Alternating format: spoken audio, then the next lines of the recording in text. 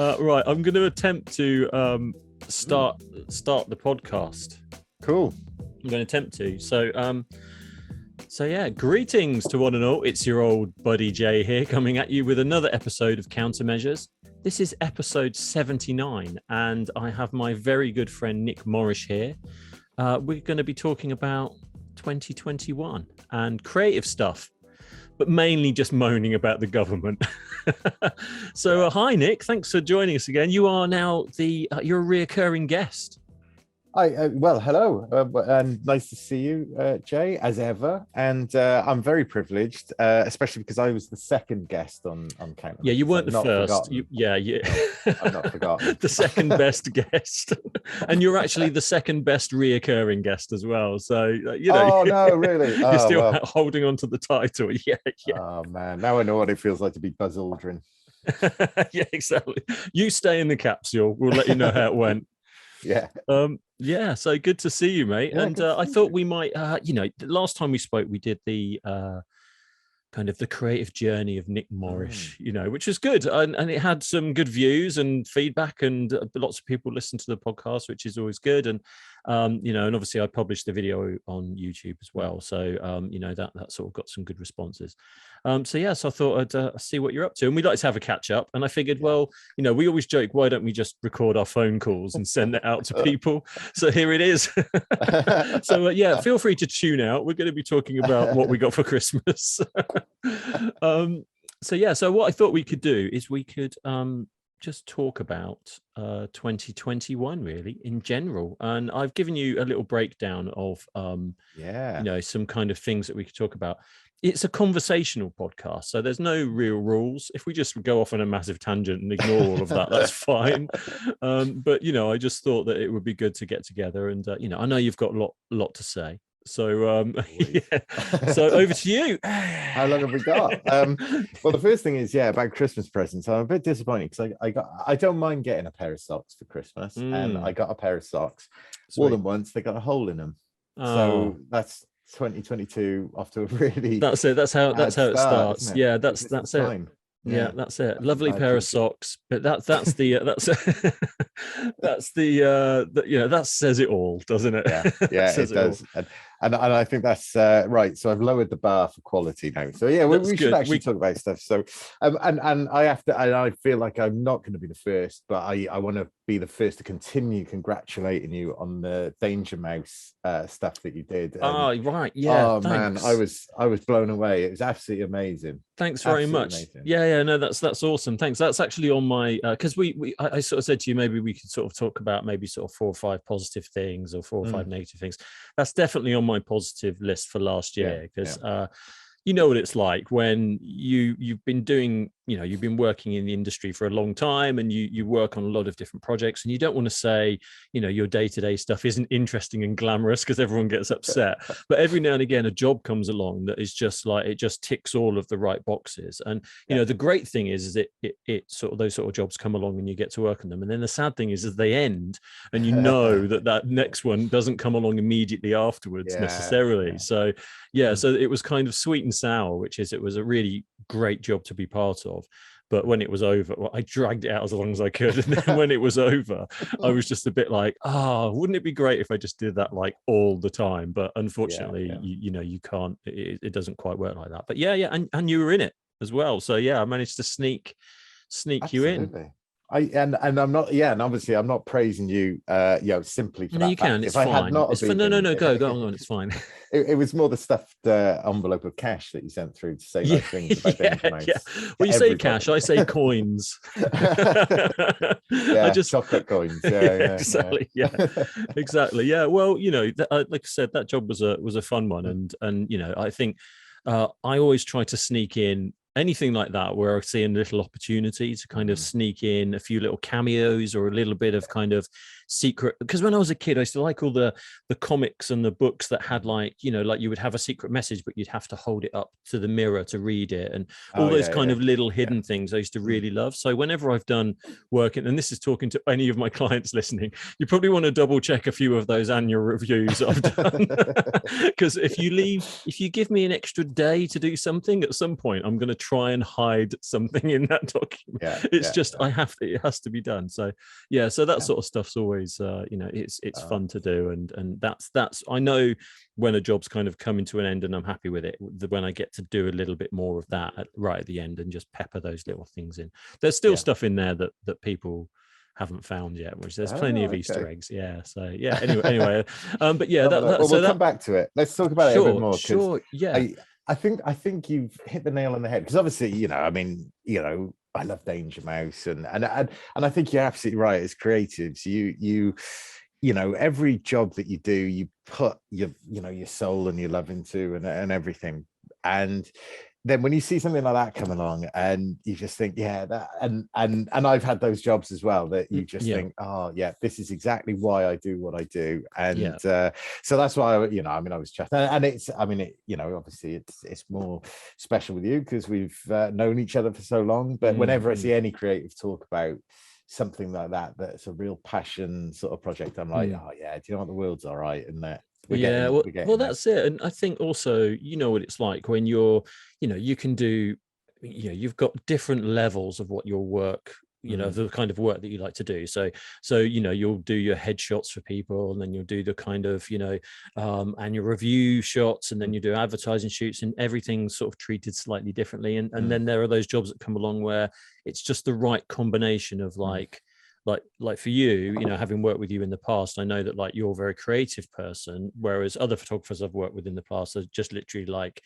tell me what to photograph, you know. So I can imagine where you've got more creative freedom to get involved and suggest things, you know. Like I said, maybe at the end of the shoot, where you've ticked all the boxes for the things that we thought we wanted, you might just say, should we try this? And 9 times out of 10 it ends up being, you know, the answer, which is great. And then you get that you know, that thing of like, I solved that problem, or I added something to that wasn't there before. I think that's, you know, it's really important to do that, and you're very good at that, you know. So thank you, dude. You know, well, this is just a love fest. Well, I mean, my goodness, bromance. Let's turn off these cameras. there is somebody out there screaming, get a room. Exactly. Exactly. So positive moments for 20. I mean, overall 2021, it sucked pretty badly. I mean, from a personal point of view and from a creative point of view, I feel like it definitely had its ups and downs. It had these crazy peaks that were really good fun, and then it had these other downsides that were just abysmal, you know. I mean, how did you find 2021? So I didn't find it that bad. In fact, I thought, do you know what, I don't want to be one of those people that goes, oh, you know, everything's like peachy, because obviously it wasn't. But I think that what helped for me is that when we came to the end of 2020 was awful. Let's not beat around the bush. It was a forgettable one. Straight to DVD that. And towards the end of 2020, what I noticed is that everybody put loads of pressure onto 21. I felt like it was like, you know, it had been set, and they were like, 21's going to be so much better, and it's going to be the, and I don't know, maybe it's because I'm probably a little bit pessimistic at heart, but like, I was thinking, no, you don't have like such a seismic year, and then everything just, you shut the door and you walk through it, and like you felt like the ripples were going to go. And that's how I felt it went. I think everybody was still sort of finding their feet, and obviously we're all still working around COVID, and regardless of what's going on, there's always uncertainty. And so I always was like, it's not going to be that good. It's definitely not going to be as good as, you know, years that have gone past. However low that bar was, all my expectations were exceeded, and you know, I had a pretty good year. I mean, same as you. Like, I had ups, I had downs. I think personally, I feel like, sorry to interrupt you, but you're right, which is that I think like 2020 was such a mess. Like, no one knew if they were coming or going, and you know, I mean, from a kind of budget point of view with clients and things like that, people weren't spending so much money because they didn't know what was happening in terms of like moving forward and events that used to happen all the time, going digitally and taking on this whole new kind of push to kind of survive in some cases. But I think last year, like 2021 for me, was more of a kind of realization of, actually things are the same. It's like people realizing that actually this isn't something that's just going to go away in a few months and it's all going to bounce back. It was people were realizing, and myself included, that that it isn't necessarily going to go back to how it was before. However happy people were with that, it can't, because people have rethought their jobs and moved, and people have been made redundant, and companies have closed, and maybe the work that was here has now shifted over here. So, like you said, the landscape has totally changed in terms of like the sort of, creative briefs that I've been getting. I'm sure it's the same with you. And I feel that like, that realization is slowly as the year goes on, people are like, it's not actually going to get back to how it was. It's going to just be a kind of hybrid of all these different things coming together. And I think, that's why I feel like 2022 feels much more positive to me, because I feel like last year was that, this is how it is. Whereas this year I feel it's like, right, we've got to get on with it now, So I really do feel that shift. I mean, I don't know what you think about that. Do you know what? It's funny. I almost think about it like breaking up with someone. Like, up until 2019, everything was going swimmingly. Then 2020 happened, and that's that horrible breakup, and that sort of a time immediately after where everything is just real.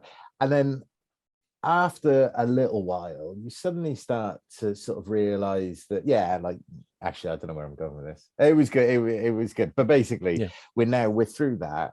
And I think that whereas 2021 wasn't as good as what it could have been, I think realization is actually the right word for it, because something that I realized is actually I have to change the way that I look at things and the way that I've done things. I've been professional since like 2004. So things are pretty ingrained in how I do it, approach jobs, find work and all that sort of stuff. Also, let's not forget that you left your old job the day the pandemic started and started your own business. Talk about give yourself what challenges do I need? Let's see. Well, I need some clients, and a global pandemic would be great. Talk about Phoenix from the ashes, mate. I think you've done a cracking job considering everything's stacked against you. And do you know what? It's really funny because people do mention it, and and the way that I think of it is like, well, I started from a place, and actually something that you said to me really, because you started during the recession. Yeah, that's right. 2008. Yeah, it was. Wasn't a good time to set up a business, and everybody just said don't do it, more or less. And I was like, well, it's kind of what I want to do. So and it was fine. It was just and you actually end up getting some quite creative work of it. I'll talk about that in a little bit, because I think that's something we can talk about. The sort of positive aspects of this year coming up that I'm quite excited about. But that kind of that lull is often followed by quite a creative period of people wanting to kind of push out of that and change the narrative, So 2008 was certainly like that. And I know that you sort of experienced that as well, which is like, it's like it's hard to find business when you're not allowed out your house. Exactly. But I think it's something that you said to me is that it can't ever get worse. Like if you start in these I say that? I'm sorry. Can I just backtrack there? Anyone listening and watching this, it's not my fault. It can get much worse. No. It is a funny, because people ask me about it, and I'm like, and I said, well, I've sort of ticked off global pandemic now as a business owner, and I've got it out of the way. I don't have to worry about it, and also, it sort of freed me up, I guess, because when I think back to it, I think that if, I was in a place where, I haven't got used to being my own boss. So I was thinking, well, do you know what? If after a year I have to go back to full-time work, or, give up photography completely and go and do something different, then it's one of those things. But, I can't imagine what it must have been like to be a business owner, and like like you said, you've been doing it for 12 years, and to go into it, and how you mentally prepare for that. Like, I don't know if I could have done. So, let's talk in 12 years after the next global catastrophe and yeah. Well, I think that's it. When I started, like I'd actually quit my job in the December, and then Caroline, my wife, and I, we've been over living in Cambodia for like nearly 6 months. So I had to freelance while I was out there. The idea I was going to have like this big jolly and lay by the pool just didn't really happen. I ended up working for loads of NGOs, and then when I came back, I was like, well, I want to carry on freelancing. And literally one of my clients just randomly one day said, it would be better if you were a limited company, because then you could do such and such. And then as soon as they said that, I was like, well, I'll do that then. So then I just set it up, and that was it. It was never really a bigger decision other than that particular client I was doing a lot of work for. It would just kind of sort of made me more kind of, I guess it made me more popular with them in terms of them giving me work and our relationship and stuff. And it just sort of started there. And then, and that was just, it was a time when you could just go to the pub and meet people and then come home with like 6 briefs, whereas I don't know that talking about things sort of changing and the landscape changing, that's something that I noticed last year. I know 2020 was one of those years where it was like everything was all over the place and people didn't know if they're coming or going, and maybe jobs that were going to happen didn't happen. And then last year was kind of just a restructuring of that. I found in the past that I've always had quite a spread of clients, and it's been quite good because like I'll be busy with one for a bit and then they'll disappear for a while, and then someone will overlap and then they'll come up and they'll, and that tends to be how I work, and it works quite well. It's a plate spinning act, but it works quite well. And then, obviously 2020 changed all of that because it was like, well, now I just have to wait for people to come to me and that's fine because that worked. It was fine. I got through it. It's no big deal. I mean, it wasn't a great year, but it's fine. But then 2021 work-wise, I found that, in the past, I would only just have to like step on the accelerator just a little bit. I would say like, oh, do you know what? I could do with a couple of extra things down the line, or I could do with a client that does this. And I'd maybe look at that for a little bit. And I'd only just have to like step on that accelerator a little bit. And suddenly like work would fill those gaps. Whereas last year, I felt like my foot was on the floor for like 12 months and random people would just contact me about stuff. And it was just a very different environment than I'm used to being in the previous 10, 11, 12 years. So that's my adjustment. That's been my adjustment for sure in terms of getting work, is that like, certainly valuing the people that I have worked with for a long time, but also accepting the fact that now, and maybe hopefully it will get better as time goes on, but now it's much harder to kind of meet new clients and to kind of fill those spaces. I mean, I don't know how you found that, because didn't you join? And then you joined a cult at one point to get some work. Well, not a cult, but you're part of a kind of a sort of tender group or whatever. I did. Yeah. Do you know what? I think. Yeah. Do you know what? This is I'm going to sound like a bit like an old man now. I have a cup of get your pipe cocoa out. Here. with my pipe during the war. Do you know what? I think that with everything that we have now, like social media, and I don't know if you get this, but I get quite a lot of people. Actually, I'm not going to single anybody out, but Facebook and Meta. Meta. And basically, I try and post quite often on social media, and not in it's, to be honest, it's more like a cathartic way of starting the day, is that you suddenly have a little bit of a soapbox that you can say, oh look, and maybe somebody will read this and at the basic level just think, oh, do you know what, that was a nice couple of minutes that I spent, and get people in the right day. That's the only reason I do it. And so I put my stuff up on my Facebook business page, and then when you're scrolling through Facebook, it comes up and it says, why don't you make this an ad? Boost this post, reach more people. And I always think, well, do you know what? Anytime that I get an ad, from a cookie online or whatever, and it's like, oh, you mentioned the word shoes. So I'm going to show you loads of adverts for shoes. I always turn off from that. However, it's a big issue, I think, in terms of, and it's the same as like, if you're looking on anything on Amazon or whatever, the next thing you know, all of your social feeds is full of like cat biscuits or something, it's just how that works, isn't it? But absolutely. And so what I've sort of discovered, well, not discovered, but I think we always knew, is that actually the best way to get to know people is exactly like you said, is to go down to the pub, have a chat with people and come out with some work. And then you do good work. And then those people tell 6 of their mates, and that's how you organically grow. And so, so I joined the networking group that was pretty full on. And you know what? And I did it. I think that's good though. I think it's good because there aren't that many, you know, for sort of the design side of things, there aren't many groups like that. You know, there are like tender groups that you can sign up to for a few $100 a year or whatever. But you have a manager who then basically sends you tenders that might be interesting. You're not part of a larger group having a conversation, which, you know, I think is really important. And also, you know, like I said, there aren't many of them for the design side of things. So the fact that there's a photography, you know, or a sort of creative group that you're part of is, I think, you know, is really good. Yeah, absolutely. And also, I think the thing that surprises me as well is how many non-creative networking groups don't have creatives in them. Because I think we've you know, like there's absolutely nothing wrong with, like, you know, we work together and you know, and it's brilliant, and where I can refer you to people, you know, I do, and you know, and likewise vice versa. That's a great way. But sometimes you think, well, why not go direct? You know, like you say, rather than go through a tender process, why not go actually to the business owners, and especially for SMEs?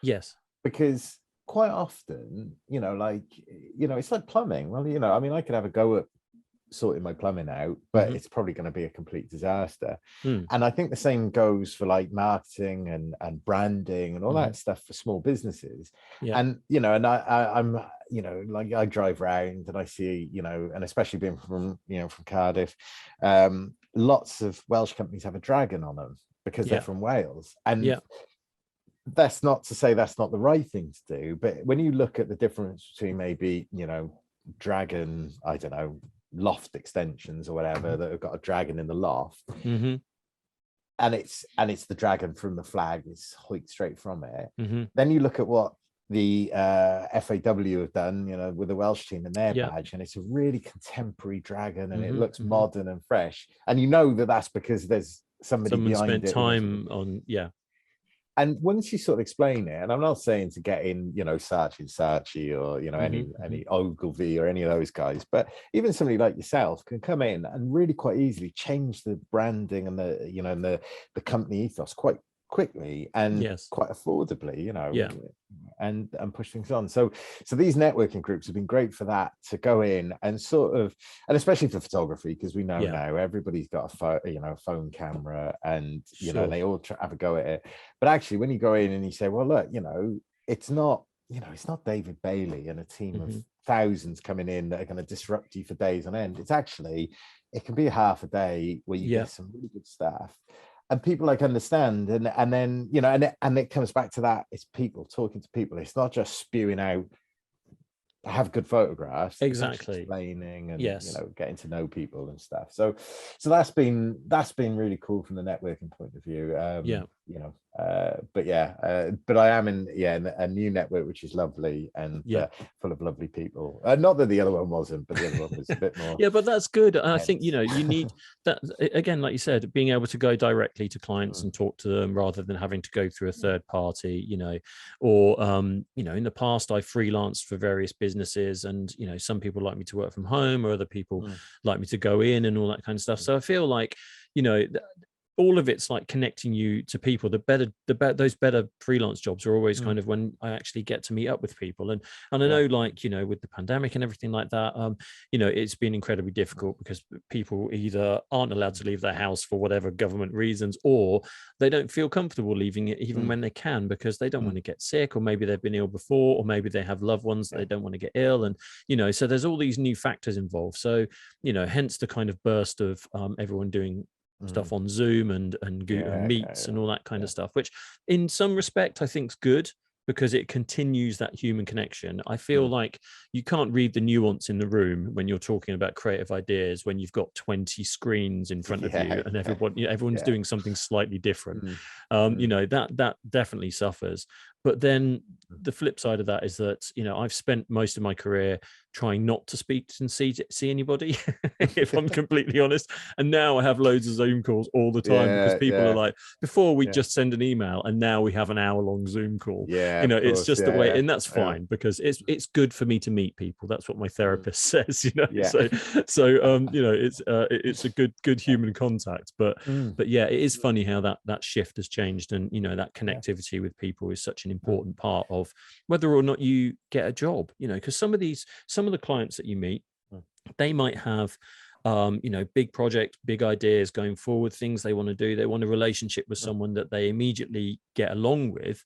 And once you've got your foot in the door, then you start building on that relationship, and you can solve those problems together as you go along. But if you just do it over the email from day one, and you never really quite meet up, and and 6 months go down the line, and you're just churning it out, and they're they're happy, but it could be, you want it to be better. That all of that could have been a much easier ride had you have just met up for the first 2 or 3 briefs and talked about things, and like you said, gone for a coffee or for lunch, and just got an idea of the layout of the land of where those people are coming from. Such an important part that I'm hoping, as this year goes on, gets back to normal. Getting people back in the office, get back to work, everybody, get back to work. It's like, come on, you can, I know everyone's doing great at home, but it's time. Just because, everything, still feels like it's, it's not moving as quickly or as well as it could be, and I feel that, like, as soon as we have the ability to go back into those meeting environments and those sort of group hugs and all that stuff, I think it'll be better, and hopefully as the year goes on, it will get better. Well, just adding to that point, I think it's quite, because I'm totally for it. I'm like, let's get back to the work, let's but also I am enjoying the fact that I think one thing that has come out of the last couple of years is that the re-emergence of the importance of the visual for like telling a story, and and exactly like you say, you're trying to reach people through a screen, and and if there's 20 people, it's but actually, if you do some nice creative that catches people's attention, that you can pop into into an email or whatever it is, it's quite an interesting time to be around, that you're telling that story. And especially for me, telling people stories with pictures, and I know you do it with design. And then of course, and it makes me think, well, is this the start of the return of print as well? It's interesting you should say that. It's because obviously, the other thing that I've been doing is this comic book with my friend Tim Southwell, The Pugs in Space. And when I was a kid, I used to love doing comics, and then I sort of grew up and thought, actually, I should probably get a job and be an adult. And then it just comes full circle, and life just reminds me that I never quite became an adult, so we might as well just carry on drawing comics. And what's been interesting about that is that, like, I never kind of thought of that as a little side project or whatever, because I kind of think, I like drawing, I like doing all that stuff, but that's kind of like a luxury when I have the time. But actually, there is interest in print more now than I've seen a lot of that recently. And I guess, people stuck at home, I guess it's something slightly normal. And it's, as much as everyone's had to embrace the screen, what do you do when you're not sitting staring at your screen all day? You pick up a book, you're not just going to be watching TV, you're kind of probably reading a lot more, engaging in arts and crafts and all that sort of stuff a lot more than you would have been, so it doesn't, that is definitely something that's been a positive out of that. And I agree with you. And I also like the idea that, the fact that, like, events have had to go online in a lot of cases, and actually those companies now have a whole new revenue stream. So they've got like all these digital things going on, but then they're getting back to having their live events. So now they're like, have grown their business quite a lot in because there's a demand for both. I think that's something positive that's come out of 2021, certainly. And again, like teaching classes online and all that kind of stuff, I just feel like that's been embraced in a whole new way, that which can be nothing but a good thing for people that can't get access to go to college every day, or kids stuck at home, have been able to do their home learning. And so there's definitely been upsides to 2021, and I think those are definitely a couple of them. And I was going to say about your social media, like, you're very good at that, actually, because I think there's 3 types of people that do social media, right? There's people like yourself, that kind of, you know, you do it just the right amount. You're never pushy. It's always kind of, it's more about a kind of an informative thing that you might be interested in. There's no pressure. There's no strap, you know, there's no kind of sign off at the bottom of your things going, and if you do want any professional photography taking, blah, blah, you know, it doesn't have that tone of voice, which I think is really important, because that's something that I avoid. I try to avoid in my posts to people, because I feel like if your work doesn't speak enough to say this is what I do and people are interested in it, then don't underline it with something that says, and by the way, if you're not convinced, you know, hit me up on this. And I know that can be born out of frustration if people particularly need work and whatever, but equally I feel like it's a mistake to do that. You know, it's like when I see stuff online with people sort of saying, you know, I'm available for contract work, or I'm available for freelance. I know people are kind of saying it out to their larger groups on like LinkedIn and that, but I feel there's a feeling of desperation about that I feel uncomfortable with, even though I know it's a necessity, and that people in some cases have to do it. And, you know, I feel it makes me feel uncomfortable. It immediately makes me think, I probably wouldn't contact that person. Probably makes me sound really awful, but I wouldn't, because I kind of feel like everybody's in the same boat, trying to kind of get, you know, people understand that the current situation obviously has an effect on that, but I feel like it feels like, I don't know, the last guy to be picked at football. You know, I don't know. It's just how I feel. Maybe it's different for you and how other people, but that's my gut. I have to be honest. That's how I feel when I see those posts, and I just feel like that's not. It doesn't feel like the right way to do it. Much better for me, I feel. Sorry, Nick, is to not say, you know, I'm looking for work. It's literally to say, I've just completed this project with such and such, and this is what we did, and then leave it open, because then people are like, oh, I like your work, and then the work gets you the job, rather than the kind of conversation of like, you know, it's the guy outside Asda saying, give me a job. You know, it's why, you know, I'd rather show why first, and then let that trickle down. I might get myself into a bit of trouble now. Here we are, first controversy. Well, you are Welsh, and you've already bashed the Welsh, so take the dragon off the flag that says Welsh Nick. Welsh photographer Nick Morris. Keep it on the flag. Keep it out your brand. No. So there's a very, very good photographer I know who I admire his work. You know, and he's brilliant. However, he falls into that trap, and I do wince when he mentions how busy he is. And, and of course, what happened was, I think before Christmas, he put up something about he was quite busy during January, and then COVID happened, and all of his jobs got wiped, like most of us. You know? And then he put up a post saying, right, all my work's been canned or, you know, postponed and stuff. So, you know, it's not like, it's not cancelled. It's just put down the road, which is frustrating. And I get it. But I felt exactly the same as you, that I was like, that it didn't, you know, and I'm not a social media dictator. I'm not the final word on what you say or do. But to me, there was always a little bit of like, oh yeah, because now that means that if somebody reads that and then you drop an email saying, oh, hi, how's it going? You know, there's an undertone. And so I don't like telling people openly in social media whether I'm busy or not. Now, towards the end of last year, I was flat out. I was just could not stop working, and you know, and it's like a momentum thing, and exactly like you said earlier, you know, you don't know where the work comes from, but suddenly you're like, you know, and I was behind and whatnot, and ended up changing my holidays to accommodate it and all that sort of stuff.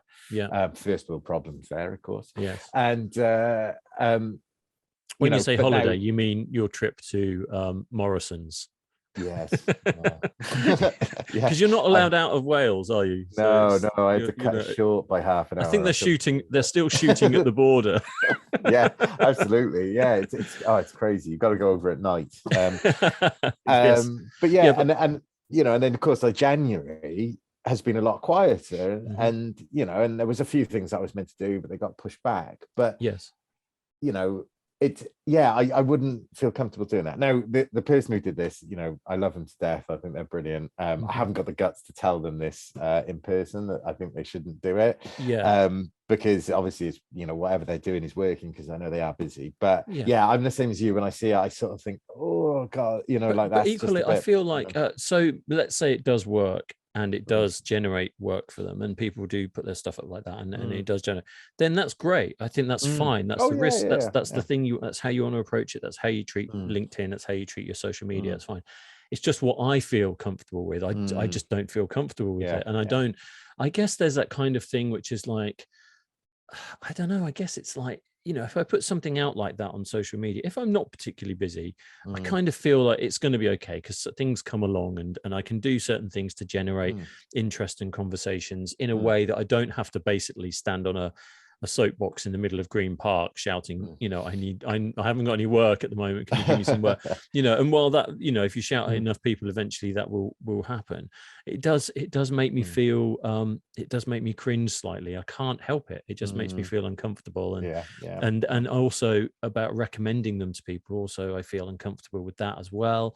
So like, it feels, I don't know, that's the difference. It's like those kind of posts, like I said, there's sort of three types of people, and like, there's that kind of person, and it's not so different from what you do. It's just a slight step to the right, which is like, this is me, this is what I'm doing, and by the way, I don't have any work at the moment, ring me.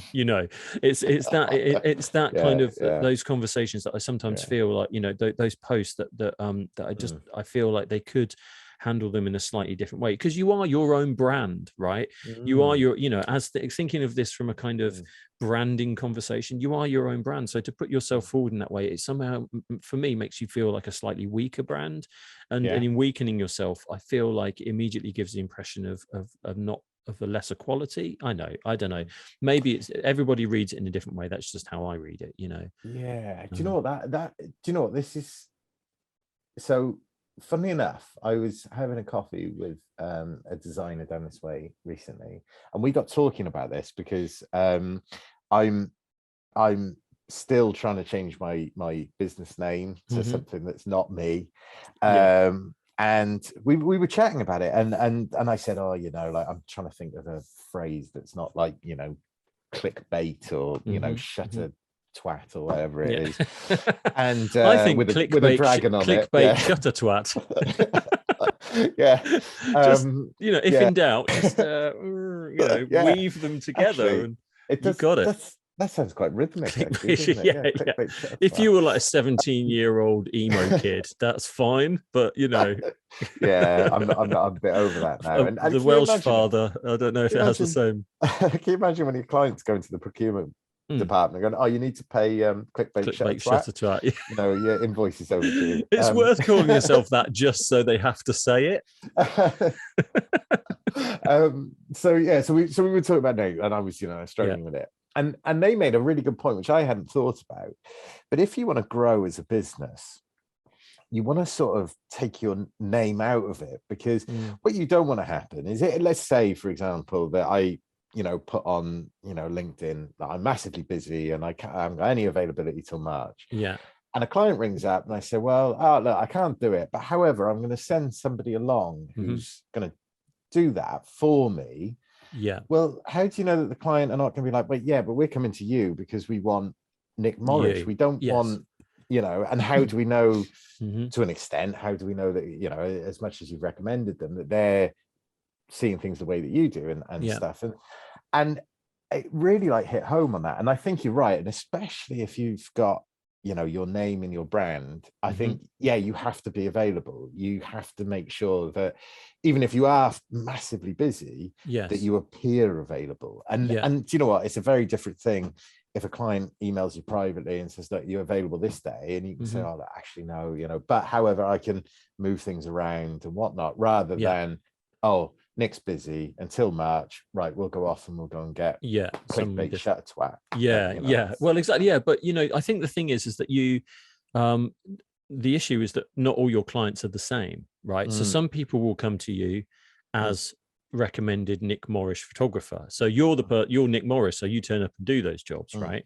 But other clients will come to you as a business. They'll expect you to, and they don't care if you do it or not. They just need that job fulfilling. So in that respect, it is better not to be tied to your name as a brand. But then, if you're David Bailey, it doesn't make sense for you to be anything else. But because people come to him for that specific thing. But then you also run the risk of that's why it's so important to get it right, because you don't also want to come across as potentially the guy that does portraits in the St. Nicholas Centre in Croydon. Do you know what I mean? It's like because that's a different thing. Because if he's called like Shutterflash or whatever, and you call yourself that, you're aligning yourself in some ways with you may end up being approached by lots of people that then just waste your time because they think that you're a kind of come and do this, come and photograph my kids and we'll pay you 30 quid and on you go, So I guess that's why it's so important to get it right. It has to be something that's personal, that fits with you, but equally, allows you to be bigger than just one person. And maybe one day you will be. Maybe you'll have an assistant, or maybe you'll have, your network of people that you hang with, you can refer them on, but then they pay you and then you pay them and you make money off of that. And, in the past, I've done that where I've done like the concepts and drawings for like websites. So I do the kind of fun, sexy bit. And then I have a guy that builds websites and he just sits in the dark, but nobody needs to know what he does. It all goes through me. I just direct them to him. They pay me, I pay him. He speaks to them.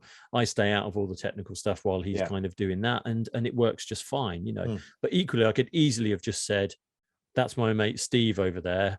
Just go and chat to him, but then it takes you out of the loop. And obviously, you're a business, you need to make money, and etc. etc. So not being called, Jason Measures, it definitely helps with that, but then there is an argument with photography being quite unique in that you go to a certain person for a certain style, you can align photographers and artists very easily because Damien Hirst's paintings are very different than Hearst Inc., where he's got 20 people doing them for him. So, it's one of those things where it's such a fine line, but but you have to really get that right for that to be, to give the right message to people, because you don't want to put people off that are looking for Nick Morris, but you also want to invite people to come along that aren't specifically looking for you, and you can still fulfill what they need doing, send one of your lackeys. Kind of, Well, if I had one to send, I say, unfortunately, that's why we have children. You see, once they get bigger, eventually they work for the family business. Morrison's son, I like the sound of that. But no, it's for sure that you've got to get that right. But that's why it's so hard, because like you said, you've discussed it with me in the past, and I feel like it is hard to get that right, but you just got to keep jotting down things and sticking them on the fridge. I have been doing that. I've got a very long list of names that inspired by what you told me, and it's funny. It's a really tricky one. But we'll get there. I will change the name eventually. But maybe when you're ready to, maybe it's not quite the right time yet, or maybe but you've got time to do it. So and there's no reason why you couldn't have both things running alongside each other at the same time.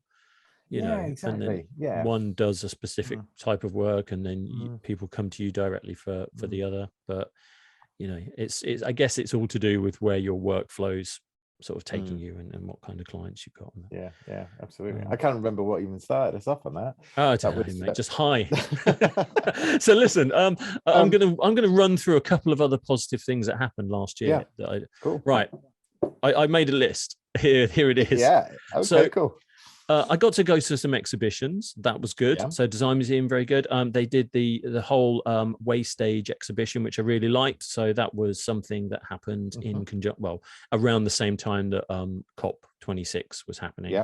And I did actually get to do a little bit of design work for the BBC for that as well. So it was all a bit, that was an interesting time where I got to kind of do some interesting work, and also, some very important things were happening with COP. And then the Design Museum had a really good exhibition of showing you how, what happens to all your crap when it goes into the sea, and they had some weird stuff in there. They pulled stuff out of the sea that was like this weird like algae that had fused with plastic, and it was still a living organism, and it was like another like a creature had been formed in the sea from leftover plastic. And then they had right through to Stella McCartney recreating interesting pieces of fashion from sustainable materials and stuff. So that was a good thing that happened this year for sure. Last year, but that was about the only good thing. So right. and the other thing is that I'm going to make a recommendation for anyone that's interested. Is there's a French typographer that I quite got into last year called Margot Levique. I don't know if you've ever heard of her, but she's she sort of treads that very interesting line of like, she's a very hardcore typographer, but a lot of her work naturally kind of flows into sort of an abstract art sort of form. So on one day she's waking up and doing like massive global ad campaigns for Nike, and the next day she's making like an inflatable W. So like it's just brilliant. So I looked at quite a lot of her stuff over the last year, and that's so she's done stuff for like Vogue, and she does a lot of fashion typography, and she's quite up there at the moment. So yeah, that was something I discovered her last year, which I thought was quite good. So how about yourself? And any other positive things about last year before we get into the negative?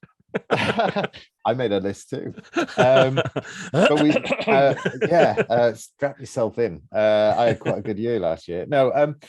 So I think we've sort of talked about the first two, which was I really felt like overall there was this continued, well, I'm going to say exactly what I wrote: continued awareness of how important the visual is in business. I think we've covered that, but that's been really good to see. And linked with that is that and I'm not brown nosing clients, but I worked with some great businesses last year who, if you're listening,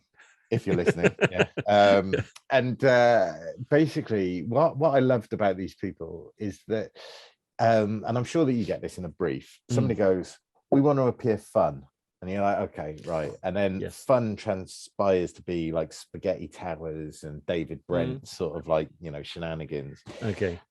And as you know, there's a very, very subtle way to have fun without looking stupid. And a couple of these businesses, they were just brilliant to work with. And you know what it's like, you get a blank canvas and one of my favorite ones, she said, right, in this video that we're doing, we absolutely have to include a human brain. And you're like, okay, perfect. Get one, I'll film it. Hey. So that was really good. And I think that it's really nice to work on these projects where it's not just somebody ticking a box and going, oh, we're a fun company, and but it was like really sort of showcasing it. So then I've written, I got a new camera and I got a bonus. Oh mate, you got a bonus. Cool. So someone gave you a bonus. That's awesome. I think I got a bonus about 3 years ago. Someone gave me a bonus, and that's the first time I'd had a bonus for about 10 years, and I haven't had one since. It was they're so when you work for yourself, that is such a random, unless you're a painter and decorator and someone just hands you loads of beers at the end of your job or an extra 30 quid. It just rarely happens in our job. So absolutely. One of my clients gave me a little bonus on top of thing, which I will declare to the tax man and all. But also what I sort of realized is I was a shambles at accounts 2020, and 2021 I really formalized it, and so I set down sort of targets and whatnot, and basically what I decided was that a tiny percentage of every commission I put to one side, and when I hit my target, I would use that money to buy something that I have my eye on that's a bit of a luxury good. So I got that, and I managed to afford a new camera, which that's really good. Exciting. So you're driving around in that Ferrari. You've been putting your tiny percentage. Just clicking your camera.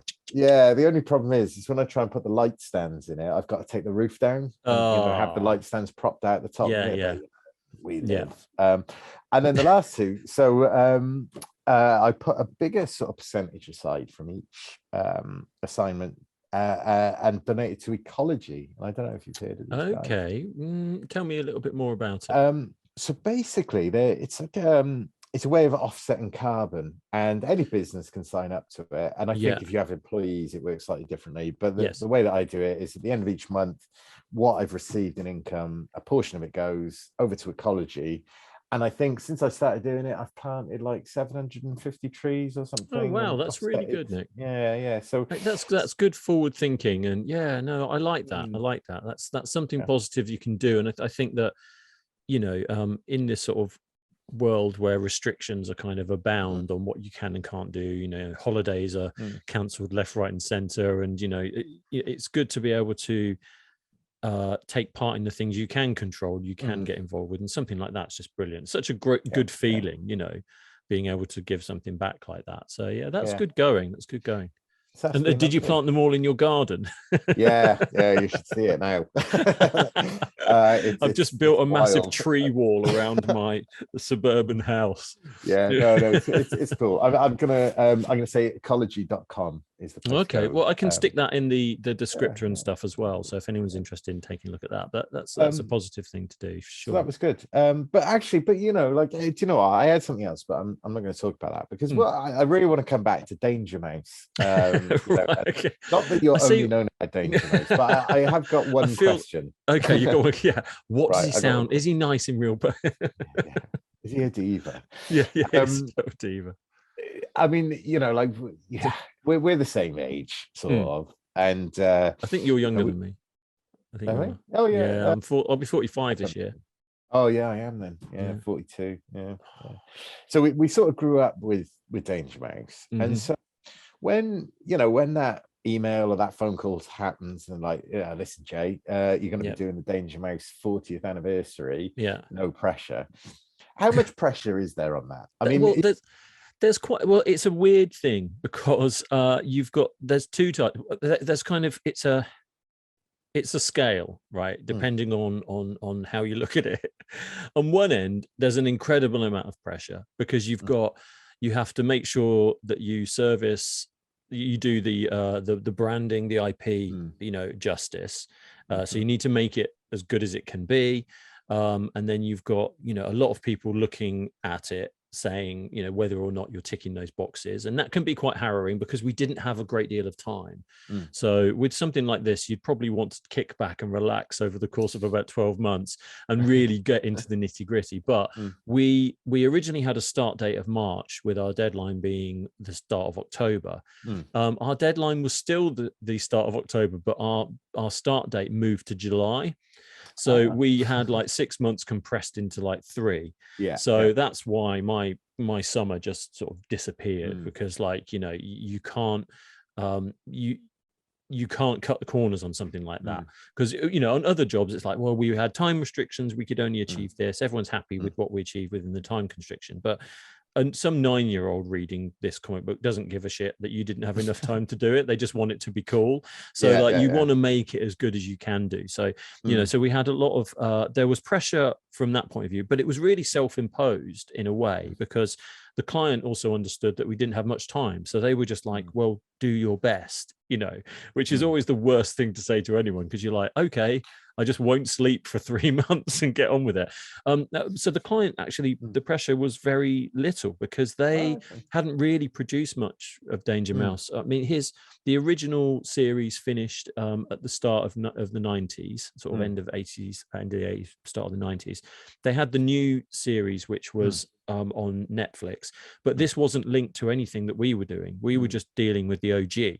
We weren't dealing with any of the new stuff. So as far as this was concerned, anything that happened to Danger Mouse finished in the early 90s, and he hasn't done anything for like the last 30 years. So the people that own the IP is a company called Boat Rocker. They're an American company. The guy I was talking to had been heavily involved with the creation of SpongeBob SquarePants. He was like, along with millions of other brands that they deal with, like that, hundreds, I should say. And to him, this was just another day-to-day thing that he deal with. Whereas to me, I was just like, this is like, kid in the candy shop. So, so the pressure from them was just like, more or less, do what you want. So we were like, okay, so we did all the history and everything, and we did the comic books, and they let us write our own comic to go into it, as well as we did, just because of time, we couldn't write we wanted to have 3 short comics in it. Because of time, we couldn't write all 3, so we actually transcribed like 2 classic episodes, and then we wrote our own comic, which is canon. Like that final comic is like proper canon now, so that's cool. But then there was a bit that we wanted to do, which was, and this was Tim Salfa, who I was working with. He wanted to write what Danger Mouse had been doing since the 90s up to current date, which is like nobody really knows. So we just said, well, look, Tim will just write stuff. We'll come up with a load of ideas. Tim will write all this stuff, and then we'll send it to you. And if you like it, great. And if you don't, then we'll scrap it and we'll think of something else. And whatever we sent to them, they just loved it. They were just like, this is brilliant. And they were sending us messages about how they were laughing out loud in the office of some of the things. And if I go back and read some of that stuff now, I'm like, it's questionable. There's some things in there which we put in, and we were just like, they'll never let us do that. And then it just went through, and they were happy for it to go through. And it's all like, you know, it's like canon, what he's been doing for the last 30 years. So, you know, it's weird to think that 2 guys just sort of made it up over a weekend. But yeah, that's how that works. So on that respect, there was no pressure in terms of the creative, but a lot of pressure in terms of our own, you know, expectations on ourselves to do something good. And I was really, really happy with where it ended up with. I think they sold quite well. I mean, it's always hard to tell because, you know, it's hard to sell a magazine when no one's going in the shops. But I think they sold a decent amount of them.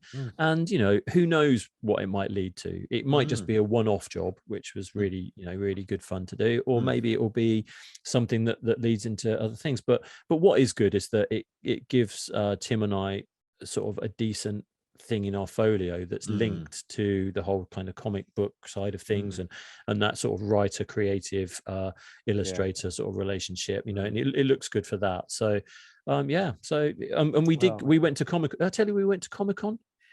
I think I spoke to you just before you went, and I didn't hear how it went. It was great actually, because I went thinking, because I've been to a few of them before, you know, a few of them. I've been to about 100 of them in my lifetime. You know, me and the nerd army, and you know, I always go along to these things, and they're always, it's one of those things as well where, you know, we talk about social media, and we're talking about like the little things that you can do and the things you can't do, and you know, if you step slightly to the right, it's the wrong thing. If you stay in, if you know, and it's the same at Comic-Con. You can be the kind of okay fan, but if you step too far into that, you know, if you're my age and you're going full cosplay, I'm not sure, you know, if you're 18 you're having good fun, or if you're a kid dressing as Captain America, whatever, it's great. But when you see people my age who are just by themselves wandering around with like a you know, like an Iron Man with a plastic bag full of comics wandering around, I feel like you know, it's not right. But anyway, there were a lot of people there at Comic-Con like that. So this was the London Film and Comic-Con in November, and we met a lot of people like that. And was anybody dressed as Danger Mouse?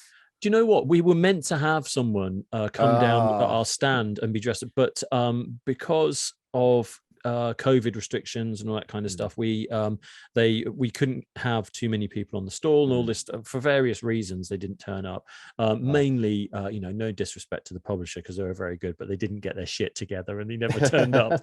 But it kind of didn't matter, because at this one it was Olympia.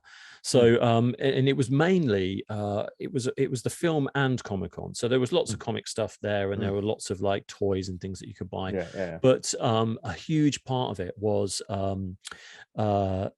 like famous TV personalities that were there just signing autographs. So like they had like Nick Frost, they had just all the usual faces. They had Robert Englund, you know, Freddy Krueger, he was there, and Robert Patrick, Terminator 2, he was there, and then a whole load of people that I've either haven't seen since I was about 12. Bonnie Langford was there. Bonnie Langford was there. Wow. And or a whole load of kind of like fresh-faced kids who are in the circuit now, who I have no idea. You know, it's like Basil from Twilight, and I'm like, what? It's like, you know, he's the guy. He's the third extra on the right, just by the soda machine. So like they had a lot of that there. So there are a lot of people going there specifically to get autographs. So Tim and I went along. Obviously, we were peddling a load of old tat. So we had all our kind of Pugs comics and stuff, and we had a load of signed Danger Mouse books and things like that. And yeah, we just got through loads. Like people would come up and say, you know, can you make it out to Susan, you know, and then you say, oh, Susan, you know. So we just sat signing loads of books, which was I thought was quite firstly, I was astounded that anyone would want my scribbled old signature, and secondly, it was just like, it felt like a real privilege to be asked in any way. So there was a moment where I was like, wow, this must be what it's like to be famous. And then I thought, no, this isn't what it's like to be famous. This is what it's called to be lucky once. Just live it up now, because it probably won't happen again.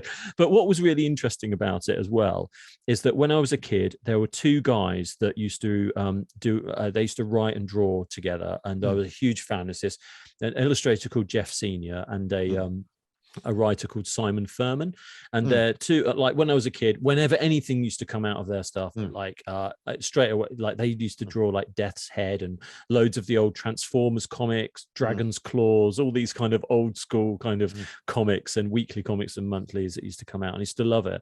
And I've got a massive collection of their work, and I just walked past this one booth, and they were just sat there, and I was like, this is like, and I did that weird stalker thing where I went by and went and then I went by again, and then by the third attempt they clocked me, and I was like, oh shit, now I've got to go over. And I went over and started talking to them, and they were obviously really nice, and they sort of, you know, and I started, and first off, I think they thought I was some weird super fan, so they were obviously their defenses immediately came up. But then I got talking to Simon and said, look, we're here exhibiting, and it's my first time doing this, and I'm a big fan of your work, and yes, I am the super fan, and you know, and actually he was really nice, and we sort of became sort of buddies for the weekend. This is going to sound really weird, isn't it? This is, now I am turning super fan, but we've actually and he gave me some tips on how to get started in the industry, and on the things that they'd done in terms of how they started in the 80s versus what they do now, and how once upon a time you know, you needed a proper publisher to get the big distribution, whereas now, thanks to the internet, obviously they didn't have that in the 80s, they distribute a lot of their stuff themselves, and how that's much better for them because it cuts out the middleman. They make more money, but it's harder work, and blah blah blah. So, and we just got chatting, and now we're like buddies on Twitter. So every now and again, I'll post something about something I've read of theirs, or something I've read, and like Simon will go, "Oh, this is great," and I'm just like, "This is just like the best day ever," you know. So that was a really cool thing that happened, and it actually made, you know, and I saw them, and they're in their mid to late 60s, right? I saw them, and I thought, you know, I'm really pleased for the amount of work they've done, and they're obviously, you know, they've been successful. And then I kind of thought, I'm not sure I want to be them, like when I'm their age, you know. It kind of, I had this weird thing where I kind of thought, as a kid, I kind of thought, oh, that would be quite a good thing to do, you know, to be celebrated for your work and to be continued. And then I looked at them and I thought, they look really knackered because they're just going around all these Comic-Cons, peddling their wares, and they're still doing it, and that's brilliant. But I kind of thought that there was a bit of me that just thought, you know, they're out here risking themselves because obviously COVID and all this stuff. And I kind of thought, you know, I'm really pleased to have met you, and it was all that stuff. But then I kind of thought, you know, stay at home and just do what you enjoy. You don't need to come to these things, you know. But anyway, that's the way that works. But yeah, cool. That was a good thing that came out of it, and the whole experience was really really exciting. It was really, really hard work. Obviously, it was like 3 solid days of shifting stuff around, and you can only talk to people for so long before you're just saying the same stuff again and again. And then we, you know, even when we were packing up right at the end on the Sunday, and I was just putting the last few boxes, there was a guy standing there next to me, and he'd been coming back all day, and he was still asking me about you know, what fonts do I use, and all this sort of stuff. And the biggest mistake we made was saying that I did the drawings. So he's like, oh, I do the drawings as well, and I'm like, oh, that's really cool, you know. I'm like, he's probably, you know, really good. And then he just sort of starts asking me all the technical aspects of things, and it was all very it started off very amicable, and then after about an hour I was literally just like, look, fuck off.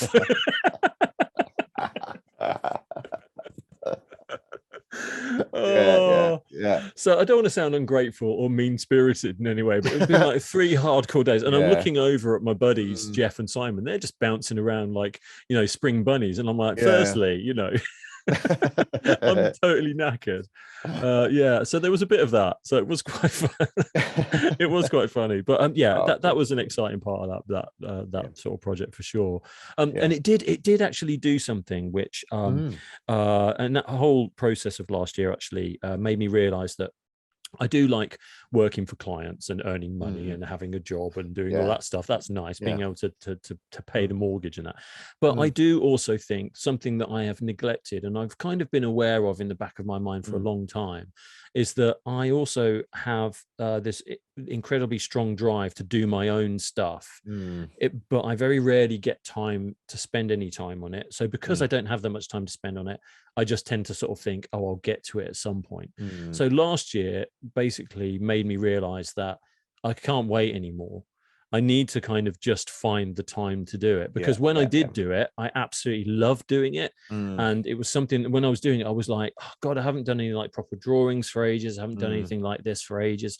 And I really got into it. And I really thought this is a massive thing that I'm sort of missing out on if I don't kind of embrace this a bit more. So I've got a few other projects in my little catalog going on, you know. That 40-year novel I've been writing is nearly completed, you know, so there's a few, and it's something that whether it becomes something that I end up publishing or not, or whatever, I think just doing it for myself would be a huge start, a big step forward. So I'm kind of setting those wheels in motion at the moment, and hopefully over the course of this year something might sort of come out of that. So yeah, that's definitely been a positive last year. Cool. Yes, that's good. Yeah, I like that. I'm of a similar vein with personal projects, that I've got a list of ones that I want to do, and I think I think you're right. It's easy to get lost in the, you know, in the day job, and you know, you do need to make time to do your own thing, you know, and just even just to, you know, use it as a testing ground for, you know, trying something that you then put into your work or whatever. But I'm the same as you. I've got a couple that are sitting on the back burner that I need to, you know, make some time for. Well, I think I realized, you know, and you probably experienced this as well, which is that like I spend a long time working on projects or like doing sort of ideas for things and concepts of stuff, and I'll put sort of an idea of something that you know, sort of a germinating idea into something and think that could be something quite good that develops into this, and then maybe that gets pushed through when it goes through to the development stage, and then you're like, oh great, that's going to be, and then the end product isn't quite what I thought it was going to be, but it's still fine, it still does the job, and I'm happy with it, and everyone's happy with it, and blah blah blah. And I kind of have found that doing that for such a prolonged amount of time, like I have been doing, means that a lot of like the sort of creative ideas that I've had that I would like to sort of see them become something have kind of been truncated in some ways. And in doing it for yourself, while obviously financially it makes no sense, but doing it for yourself is just so rewarding, like so creatively rewarding, and does make you realize that actually you don't have to wait for the perfect job to come along for those to line up. Just you know, the problem is time. It's not having any. It's like, I think if you're going to do something like that, you have to say, right, Thursday between 9 and 1 every week, that's what I'm doing. My phone's off.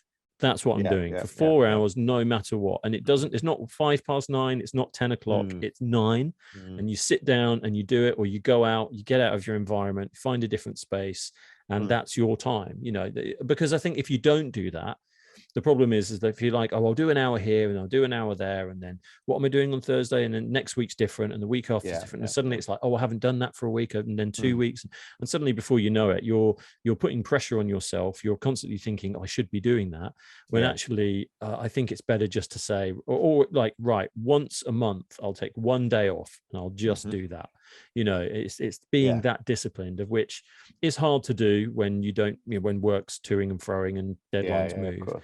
But I think the only way to do it, if you're working professionally and trying to do that at the same time, is to say, that's it, you know, no kids, no family, no calls.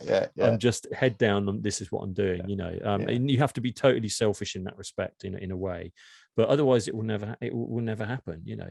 Or you think, I'll do that when I retire. That's the kind of thing I'll do when I retire. And then when you retire, you just think, oh, I can't be asked to do that now.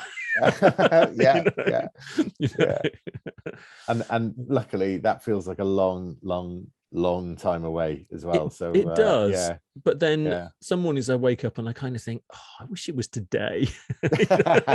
Sometimes I think like, you know what, wouldn't it be great?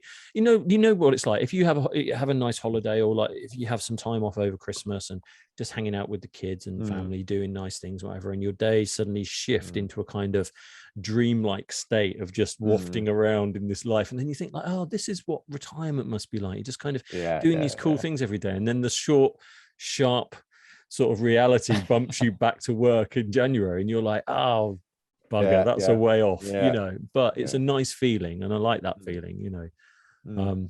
But you're right, Nick, it's a long way away. It's a long way away. Happy, what day is it today? Tuesday. Happy 2028, whatever year it is. So and segue nicely into the negativity of 22. I was about to say, we haven't talked about what people tend to like the most, because actually last year I did 2 videos, right? I did one which was like the top 10 best designs of 2020, of which there were loads of really good ones, and then I did the top 10 worst designs of 2020, and the good designs got a fair few. It got about like 400 views or something like that. But then the negative designs got something like 2,000 views or something. And I was just like, this is people just going through the internet trying to find like the you know, all the lawsuits. People love the negative reviews, people moaning about stuff. That's what they want. That's what the internet is. It's just this place to vent. So I've got a list of some things, a couple of things we've touched on already. But do you want to kick off with what's on your first on your list for the things of 2021 that weren't so good, other than all the stuff we've just talked about?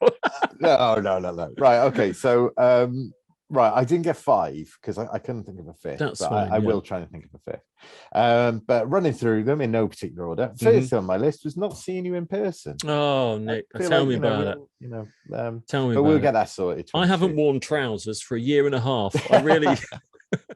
And now I'm really glad need to get it. Exactly. But my next 3 are probably going to be a little bit controversial. But the things that sucked about 2021: TikTok, Clubhouse, and influencers. Nick, oh my gosh, you and I, we drink from the same chalice, because I've actually got some similar things on my. I've got social media and influencers on my list. Because that is just annoying, and we are part of that. But it's the toppest tiers. It is a problem, a growing concern. Do you know what? There's right. I'm going to start with influencers. Right, come on, let's have it. Again, as a disclaimer, do you know what? Fair play, because the influencers, they're doing well, and you know what? Like, it's not for me, but that doesn't mean that it's wrong. However, the way that I think about it, I don't know if you're a fan of Fawlty Towers, but there's an episode where this sort of young fella turns up and he's got his shirt unbuttoned and he's got all these charms and stuff, and Basil Fawlty has a problem with the guy, and I can't remember which one it is, but he's other, and he makes this point about heroes, and he said, well, Baden Powell, who obviously we now find out has had a bit of a an iffy sort of history, but he was a sort of somebody that you should be looking up to, and when I think about the people that I respect, and in the photography world, it's like Henry Cartier-Bresson or Don McCullen or Robert Capa, people like that. And then when you think more generally, it's people like David Attenborough. So David Attenborough, I mean, what an idol to have. Yes. And what a leader and a visionary, and somebody who we should be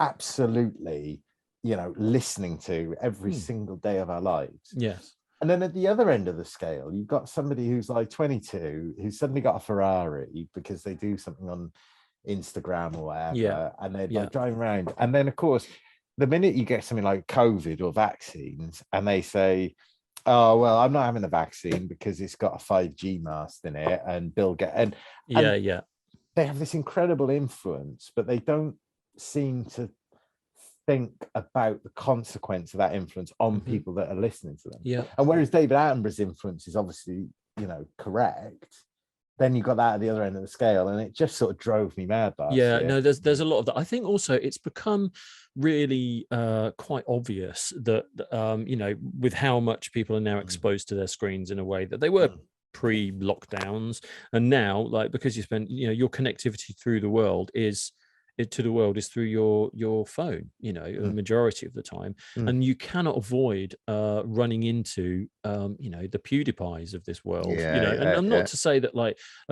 I've followed those guys, and and I do some game reviews and things on here and whatever, but what I don't do is kind of bash my political drum, and I find that there's quite a lot of that, like you say, people that have a lot of followers, that have a lot of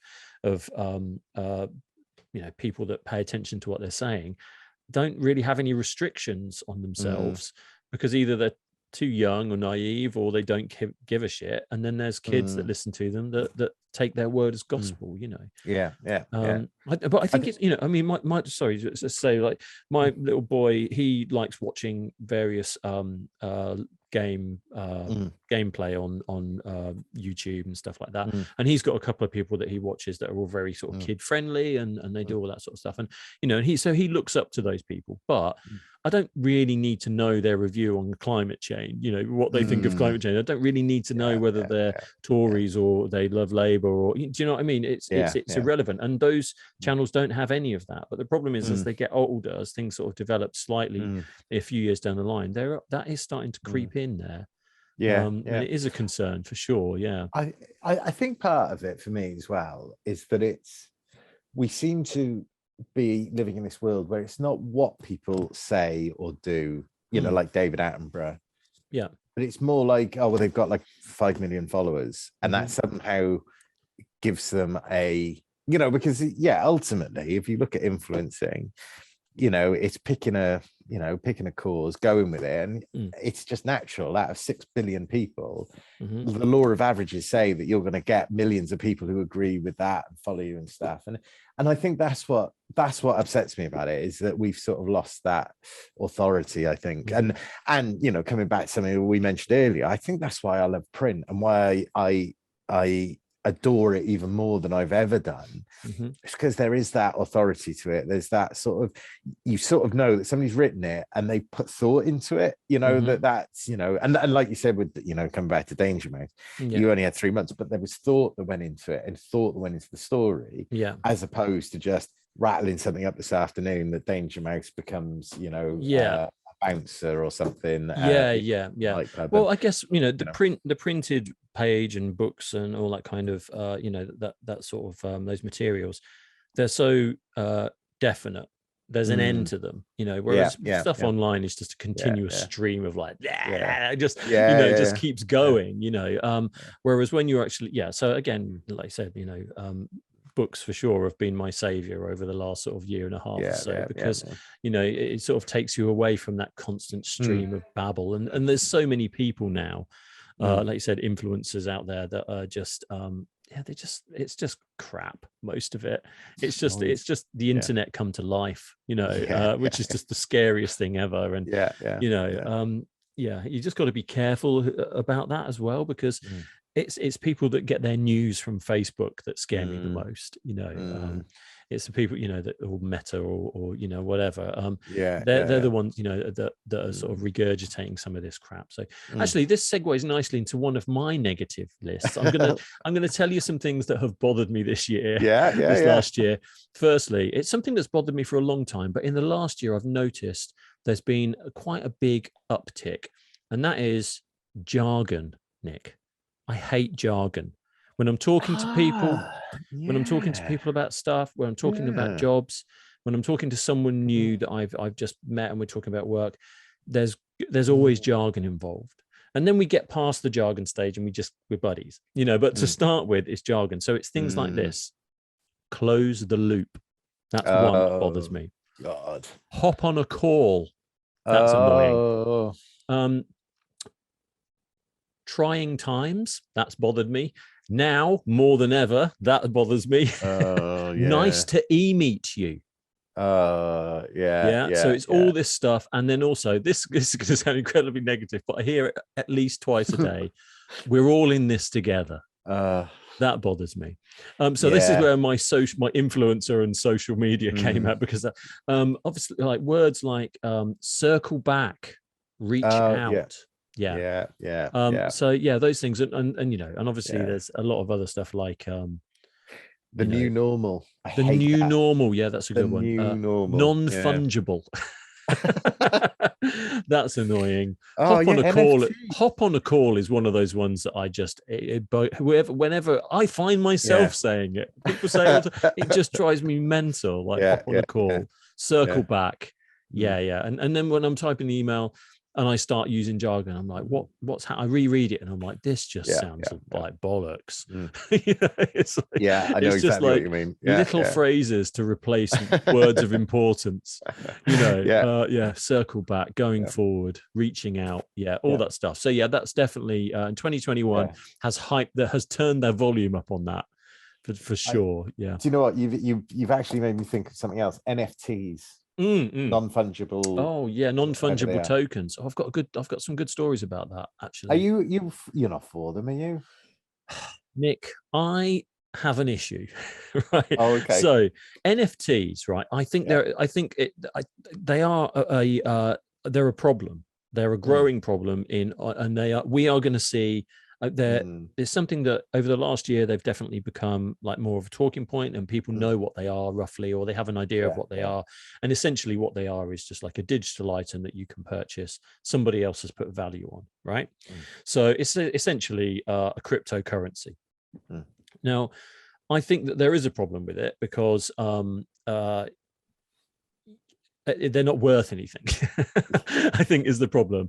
And as soon as when you've got some rich kind of rapper from America paying $6 million for a tiny little icon that he doesn't even own, but no one else can reproduce it or whatever, I think that's a problem. I think when it comes to like, because I'm quite into my gaming, with the gaming side of things, that's a whole other conversation, which is that they're starting to introduce NFTs into games, which basically means that a lot of games are inclusive for all. So, you buy a game, everyone can play it at whatever level. Okay, you might have some microtransactions in that game that mean you can buy a suit of armor that someone else can't, but whatever, that's life. Some people have money, some people don't. But with NFTs coming into the games, it means that someone can buy something that's exclusive just to them.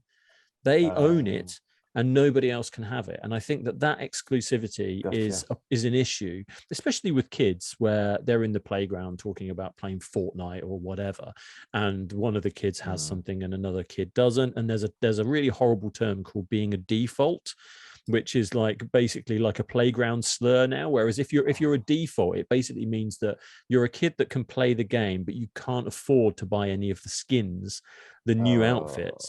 And that goes hand in hand with NFTs for gaming, which is like, it becomes exclusive. So on all those levels, I think it's an issue. The flip side of that is that I've drawn two of them because, and let me explain before you lock me up. No. There's a client that I started work for towards the end of the last year called lioness.co. Shout out if you're listening. They have all these kind of whistleblowing articles go up on their website. They're quite big, American company. They've been around for a little while, and they've had a few breaking stories. And one of the recent ones was some kind of work abuse at Tesla and with Elon Musk and all this stuff. So they broke a story, and to go alongside that, they fund everything themselves. They rely on donations. So to go alongside that, they asked me to do an illustration for them that they would then market. They would sell alongside the article to generate some money to go back into them being able to run their charity, essentially. So when they asked me to do that, I sort of said, well, yeah, that sounds like a great idea. And then they said, well, it's going to be an NFT, because what they'll do is they want to get as much money as they can for that in order to so then I became conflicted, because I understand that like the issues, the problems that can arise from that.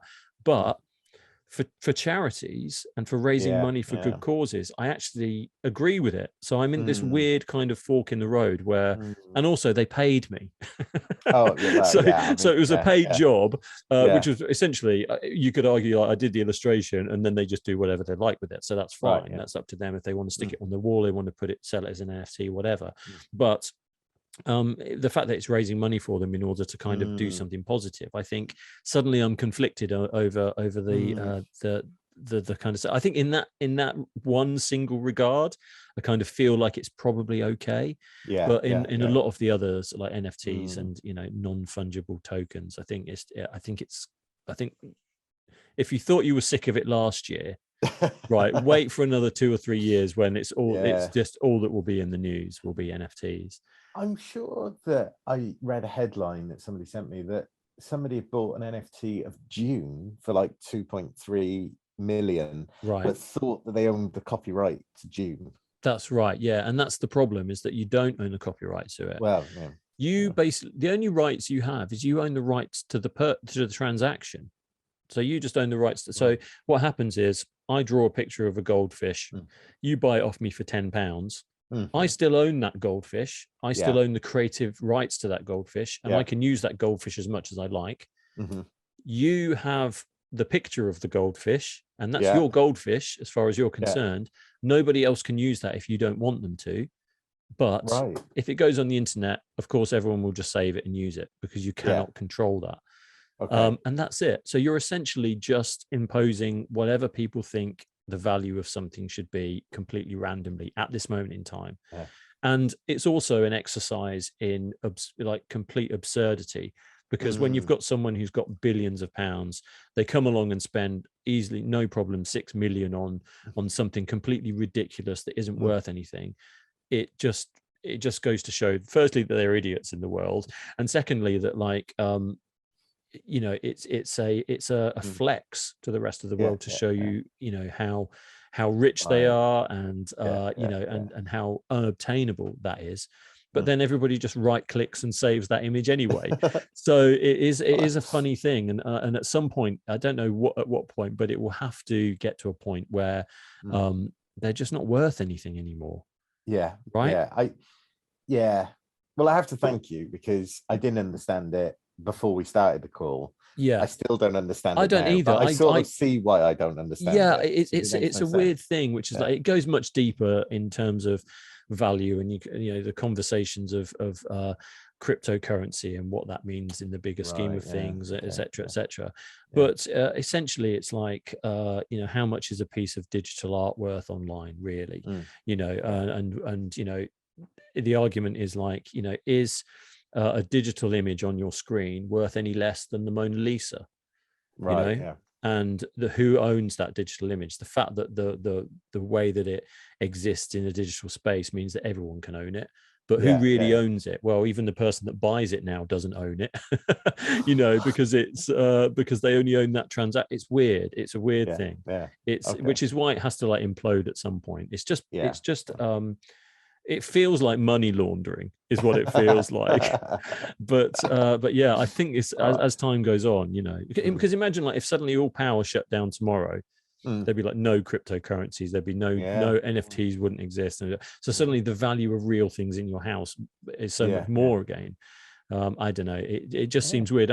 I think that there's multi layers to it. I think like the gaming NFT things, and it won't just be gaming, it'll be other things as well that are exclusive, you know, your online VR character, when you have your meetings in the future, might have a Welsh dragon on their t-shirt, and no one else can buy it because you've paid €1 million for it, or whatever currency you have in Wales. On the is it yen? I always get confused.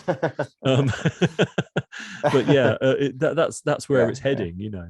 So yeah, it's going to be interesting to see. But yeah, I reluctantly, I'm part of the machine, but I feel like that's okay.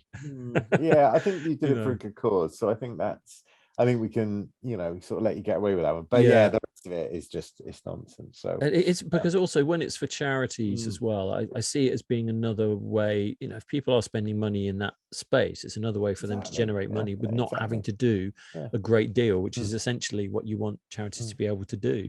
you know, because they rely on donations and you know, to keep things going.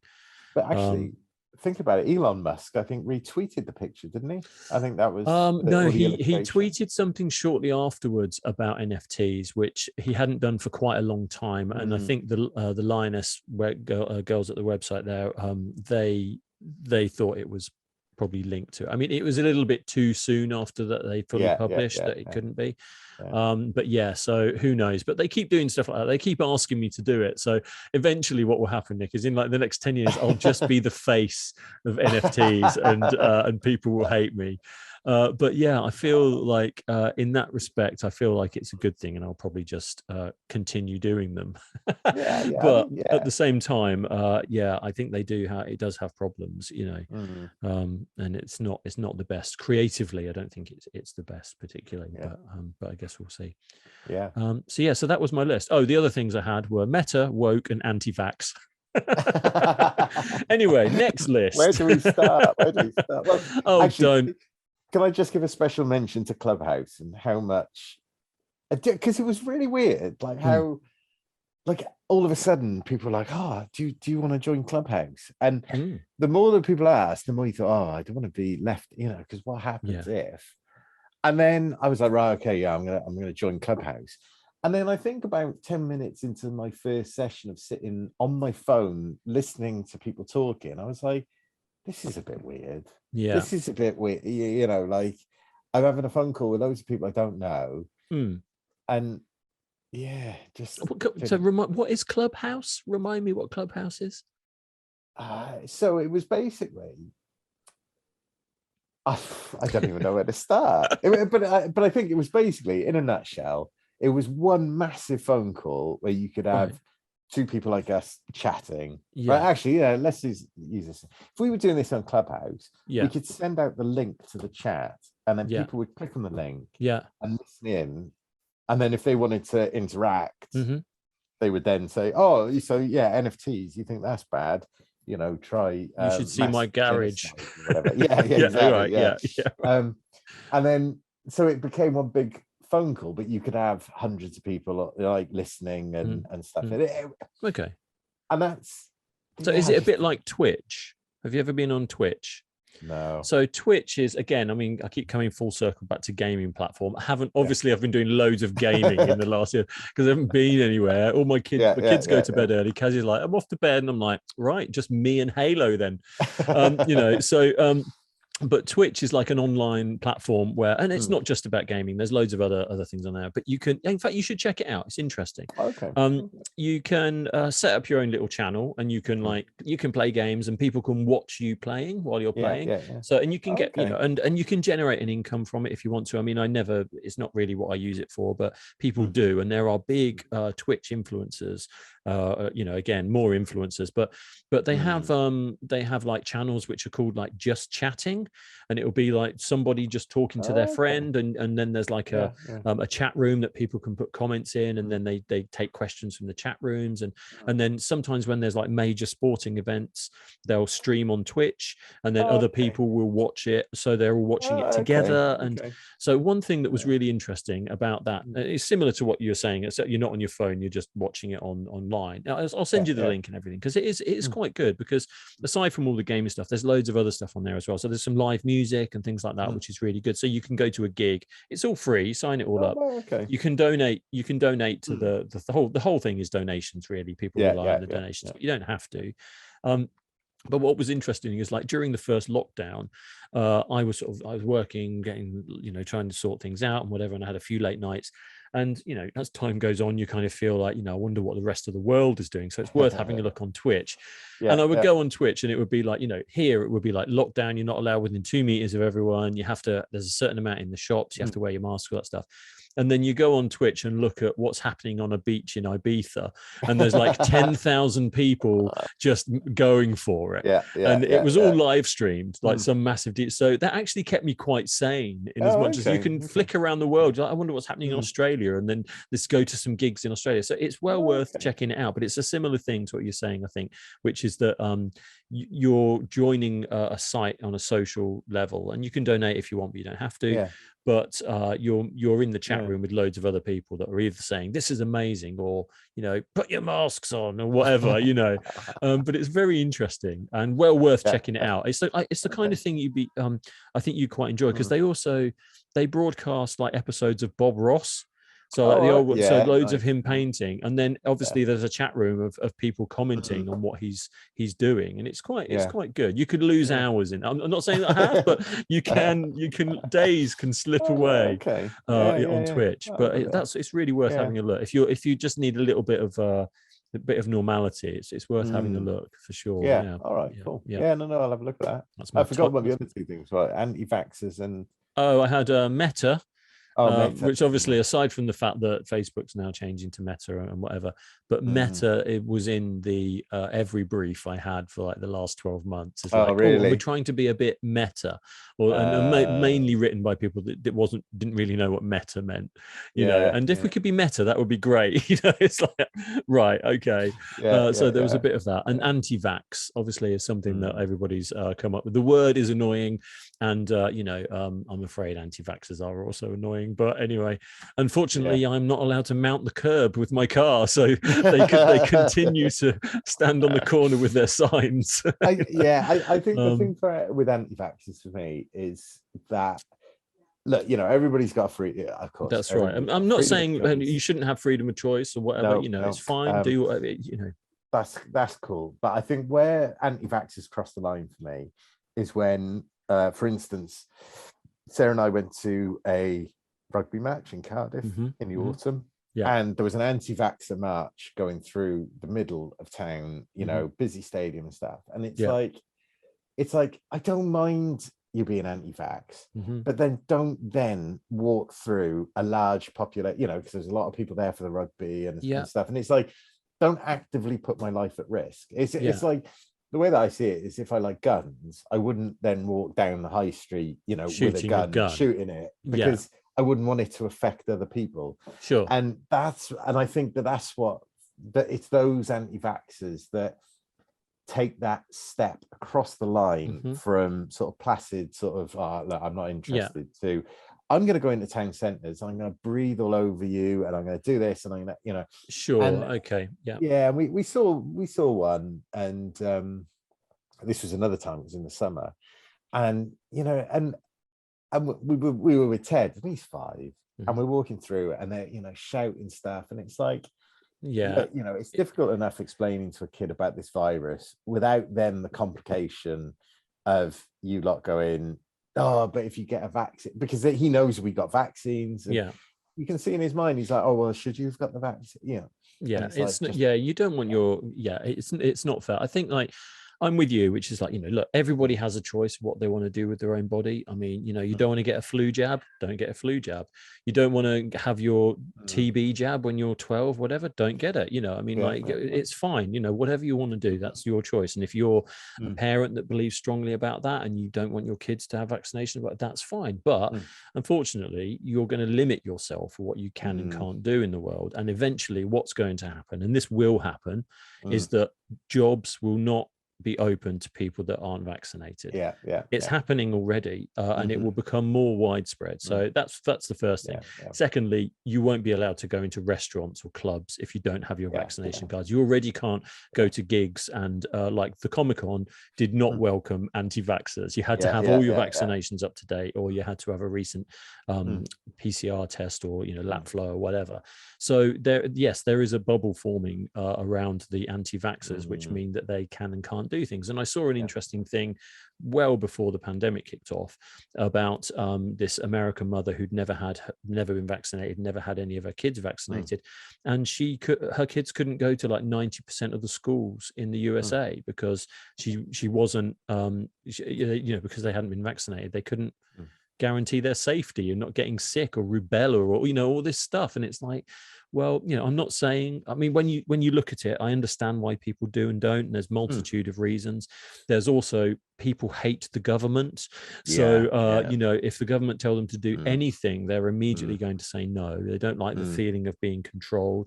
Unfortunately, it opens you up to being controlled in a way, if you want to have that conversation. But but then if it's that or death, I think, I'll take my chances with the vax, so I think that's where I sort of sit, really. And I feel that if you don't want to get it done, that's fine. I feel you don't have to stand on the street corner and tell me that it's too late. I've had my vaccination. I can't go back and have, by the time that they've got to anybody to say don't have your vaccine, it's too late. You're wasting your time. And also their signs are really badly designed, Nick. It bothers me. I'm sorry, I can't it would be like, I don't know, I've seen vaccination spelt so many different ways over the last 12 months. It offends me on many levels. But I do feel that, like, that whole, because again, Milo sees it, my boy and little girl, they see it, and I it's a conversation. They understand that, to a certain degree, but you don't need scaremongering for no particular reason, for sure. And also, I don't go around banging on about things that I particularly feel passionate about in other people's faces. If they don't agree with me, I tell them they're wrong. That just isn't how it works, So anyway, but a lot of people still going to hospital. 90% of them are anti-vaxxers. So I guess, I mean, I'm not a mathematician, but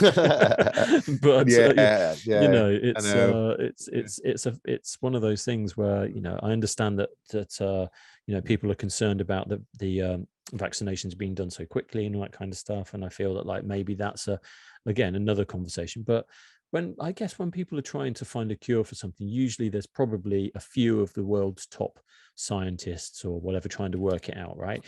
When there's a global pandemic, all the scientists are trying to work it out. So it's like, 40 years of work gets done in like 12 months. So I don't know. It just seems lunacy to me. Yeah, do you know what? I think this is something that I really appreciated, I think, is that, I mean, when you hear what they're doing with the vaccines, and this is the crazy thing, and I think this is what does this for me. Just to shout out again, this is the anti-vax episode of County. Exactly.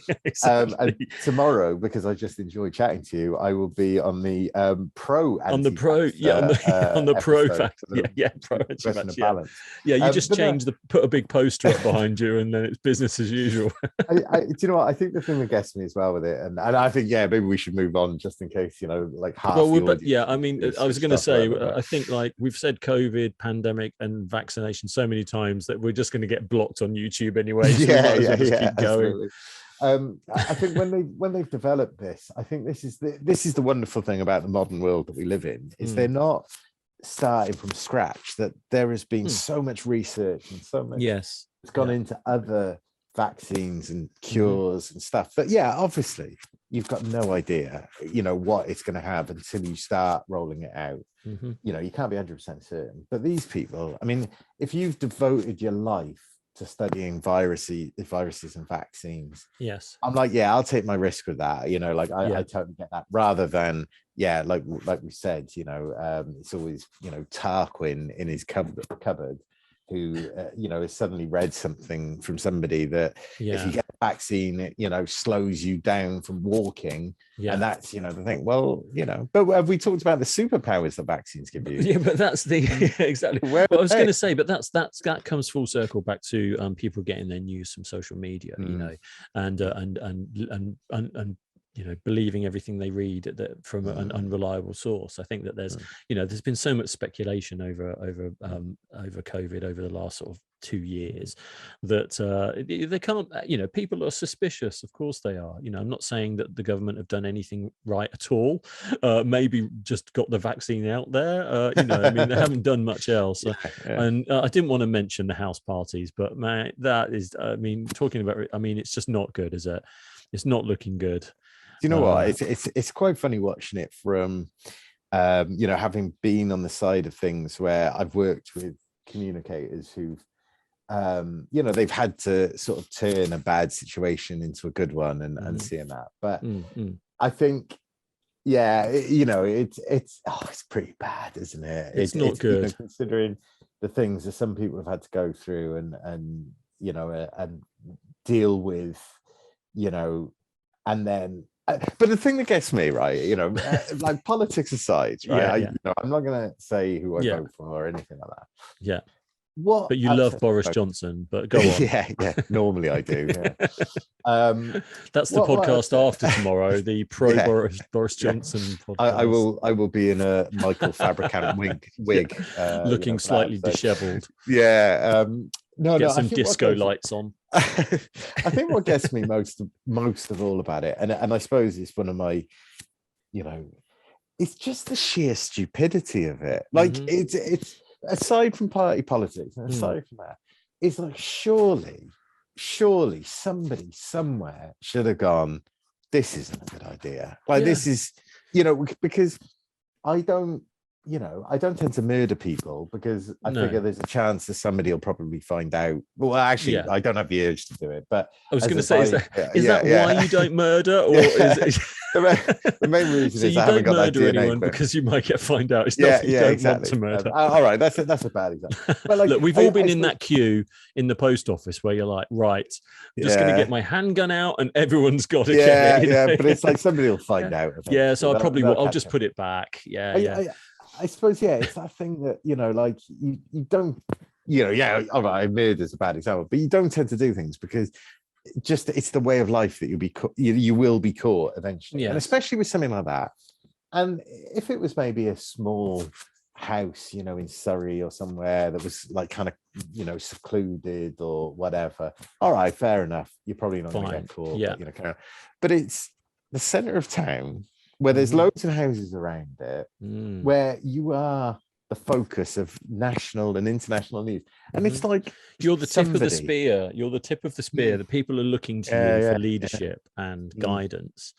And you're doing your best to, give that guidance as best you can in the scenario, and you just expect everybody to be towing the line. And I feel that like it's a cheat. I mean, they're already in trouble for some multitude of other reasons. And this is just like, it's disgusting, And especially when people can't be with their loved ones and the rules of the government say this and this, and it's one rule for them, one rule for us, etc. But you could understand the feeling of we're a group of people who are trying to solve this. We're a group of people that people are looking to lead this.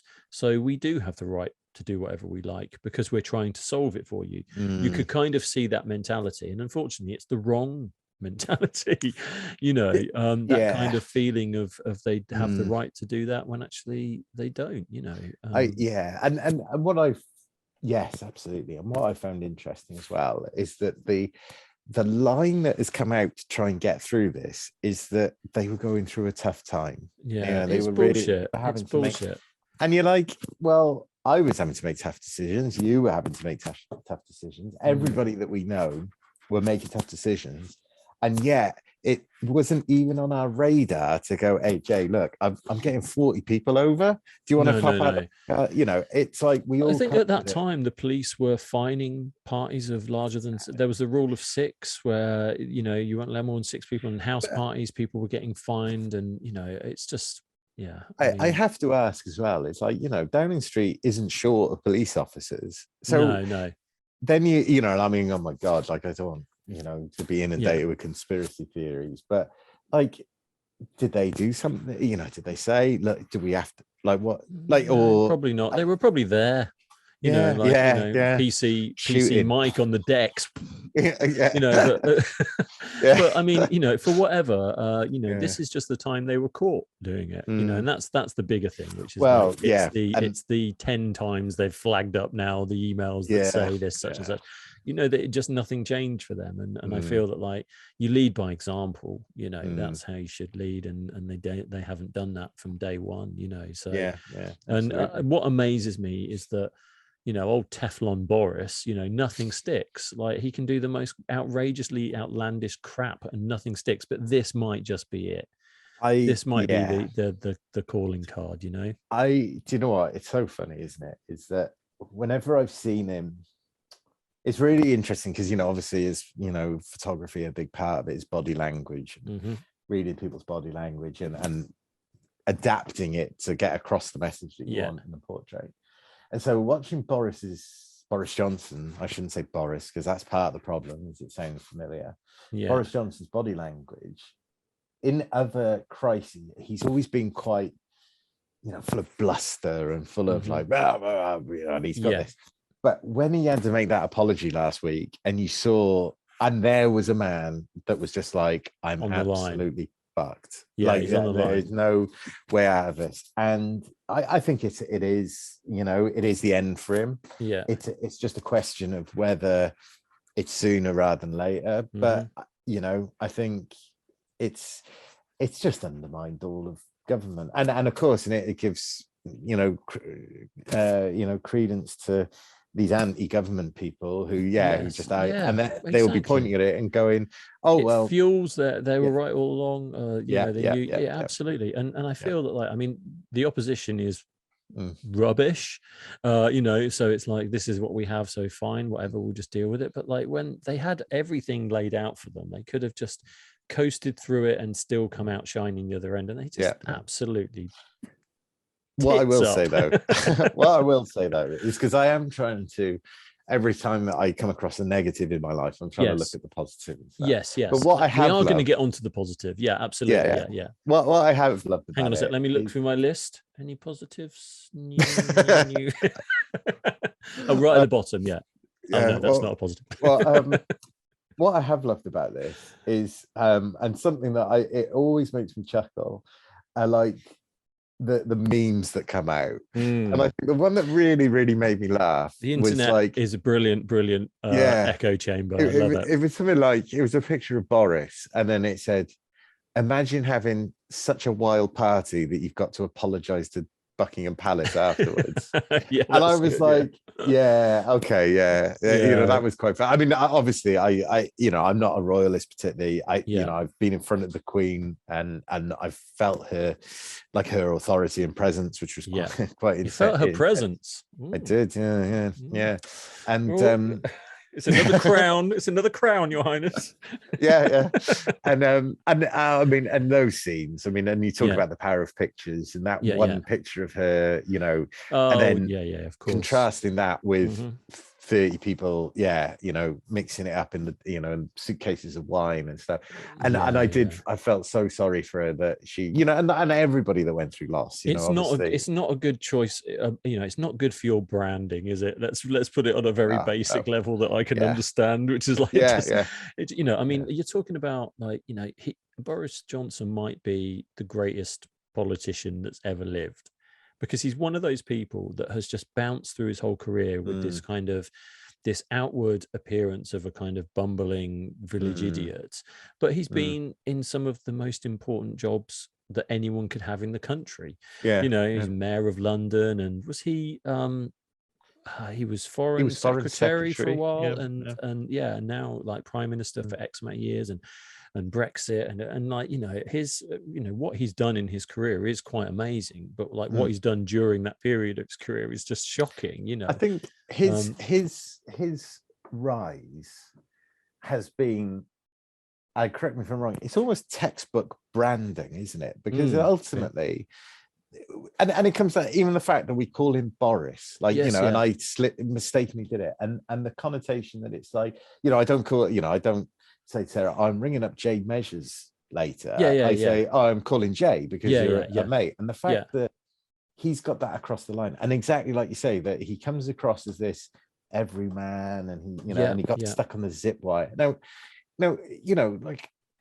in the normal circumstances, if a politician got stuck on a zip wire halfway through and left dangling like some, you'd think, oh God, don't like bumbling. Bumbling idiot. But actually, no, we voted him to be prime minister. It becomes an endearing quality. It becomes like a kind of the funny uncle, and I know people, that he could do the most heinous thing, and yet they would still say, but he's funny, and and there's a likability factor there that I know for a fact they've never met him, because I have because for my sins I have done work for the Tory party in the past. I used to do a lot of the so hang on a minute, NFTs, Tory party. It's not looking good for new business in this podcast. Oh my God. I used to do a lot of the illustrations for their conference stage work. So I used to do a lot of the kind of what it could look like and stuff. And yeah, I've crossed paths with him a couple of times. And yeah, and generally people that I know that work with him say, you know, he's a career politician. He just happens to have this kind of public persona of this kind of friendly uncle, you know. And and I think also he's very good when there's people to push against, you know. So when he was like the mayor of London, he had, like, you know, Cameron in Number 10, and he was the enemy, you know. And then when he was foreign secretary, same deal. He was like, he's always the one that's kind of pushing, wanting to be better. And then suddenly when he's in a position where he's actually got to make like an adult decision, he's got nowhere to go. So yeah, this is the end of him. I think good riddance. I think we need a change. And that is going to bring me nicely into the aspirations of 2022. Segue, because I'm really disappointed. I'm really disappointed because I thought you said, and that brings me to the happy moment that I announced that I am running to be the next Prime Minister of Great Britain. It starts here. The presidential candidate for Croydon ice skating rink. And I will be announcing officially on Sunday outside Asda at 10:30. Wow. So come down and check it out. But yeah, no, but you know, that goes hand. I mean, I know we got slightly political for a second there, and you know, not that I'm a particularly deep thinker when it comes to political stuff, but I do, I know what I know, and I think that you know, that change is something that could be a really positive thing, and also, you know, when something like the pandemic has happened a few times, the virus of mysterious origin, you know, when that's been around for such a long time, what is great about that? You know, I mean, firstly, it's a terrible thing, and it seeps into everything. So it seeps into art, in writing, into every fucking TV show you watch, into like all this stuff, and it becomes to the point where you're like, oh, I want to switch off and I want to do something else, I want to think about something else. I can't, because it's in everything, right? What's nice about that, and when there's a prolonged period of that, and history has proved this time and again, is that there is an immediate backlash to all of it shortly after it starts to become, it was in this kind of stage. It feels like it's coming, you know. It feels like music and art and you know, photography and painting and you know, all this kind of stuff starts to have a starts to go in a completely different direction that doesn't have anything to do with any of these topics that have dogged people, that people are sick of talking about all this stuff. And I say about all the jargon and whatever, and we're talking about anti-vaxxers and you know, all that stuff. It's just, it's so boring. I'm just so sick of talking about it and reading about it and hearing about it. And I know we've talked about it for like the last 2 hours, but this probably will be the last time ever. I might make it my New Year's resolution to not talk about it going forward, because I feel like creatively you can only push through that and come out the other side. And you know, that's a very creative time. Like, you know, after the war, right, after the Second World War, those years after the war was such a creative period. People trying, you know, feeling positive, pushing to do things that because they hadn't been able to do for such a long time, and rebuilding and all that kind of stuff, you know. And I think like that's what excites me about this coming year, which is like starting to see that happen, you know, and being part of it, because I, you know, like I said, I'm sick of talking about it and seeing it in everything. So I'm looking forward to doing some work that has, you know, some that's important than all this bullshit that's been going on for so long, you know. So yeah, that's what I'm looking forward to. Aspirations to 2022, and obviously running for the the presidential elect of the ice skating rink in Croydon High Street. So so that's kind of what I'm thinking for the future. Hopefully, good work, do some better work. Routines. I like routines, Nick. Kids go to school. That's routine number one. You know? Well, I feel a bit bad because I didn't go that deep. I was just thinking it's gonna be nice to write 2-3 times in the year. So like, you know, 2022, it's easy to remember. It's not like, that is good. Rogue One or 9 or whatever. I'm still writing 2020, but whatever. I don't even feel no, I think you're right. And do you know what, from a photographic point of view, like the 50s were so rich photographically, and and a lot of the photographers who I admire actually shot in the 50s, you know. They sort of took that on, and it is quite interesting when you think of it like that backlash of creativity after a period of repression, because the 50s was basically after the war. Then you got the 60s, you know, and the swinging 60s, which was sort of up against authority and everything that was happening in America, that was counterculture and things. And so, I think that it is a good time to be a creative. I think that we have as good a canvas as we've ever had. And I think that people value creativity now in a way that maybe they haven't in a long time.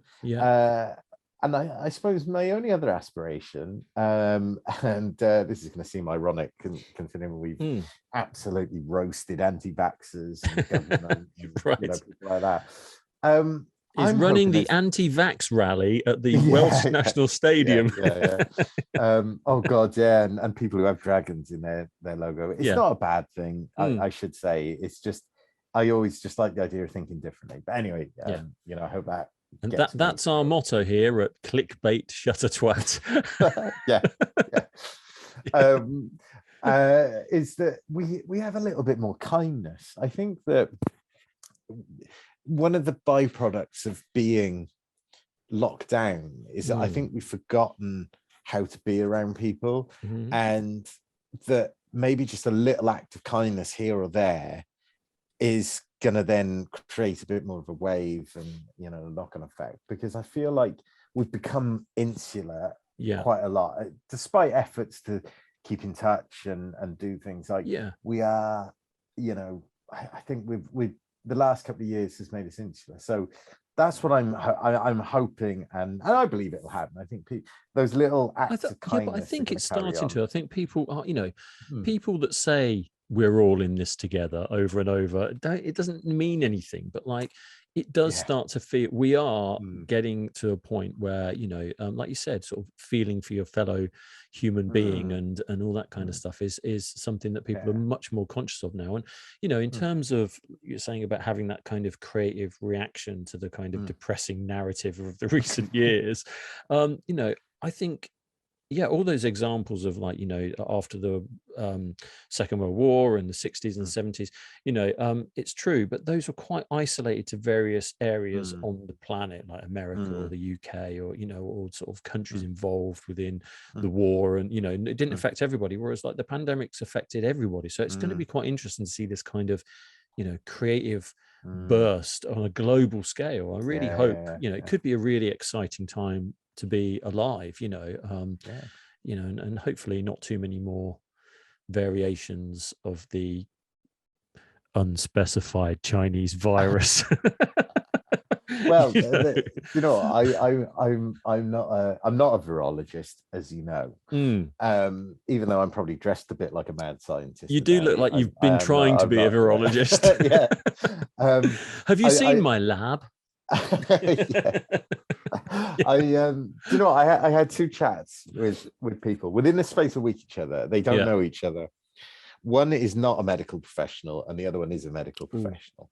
Nice. And both said exactly the same thing, and it blew my mind in that they said that viruses are a living thing, and so what they don't want to do is actually become so lethal that they effectively destroy their homes, which is us as humans.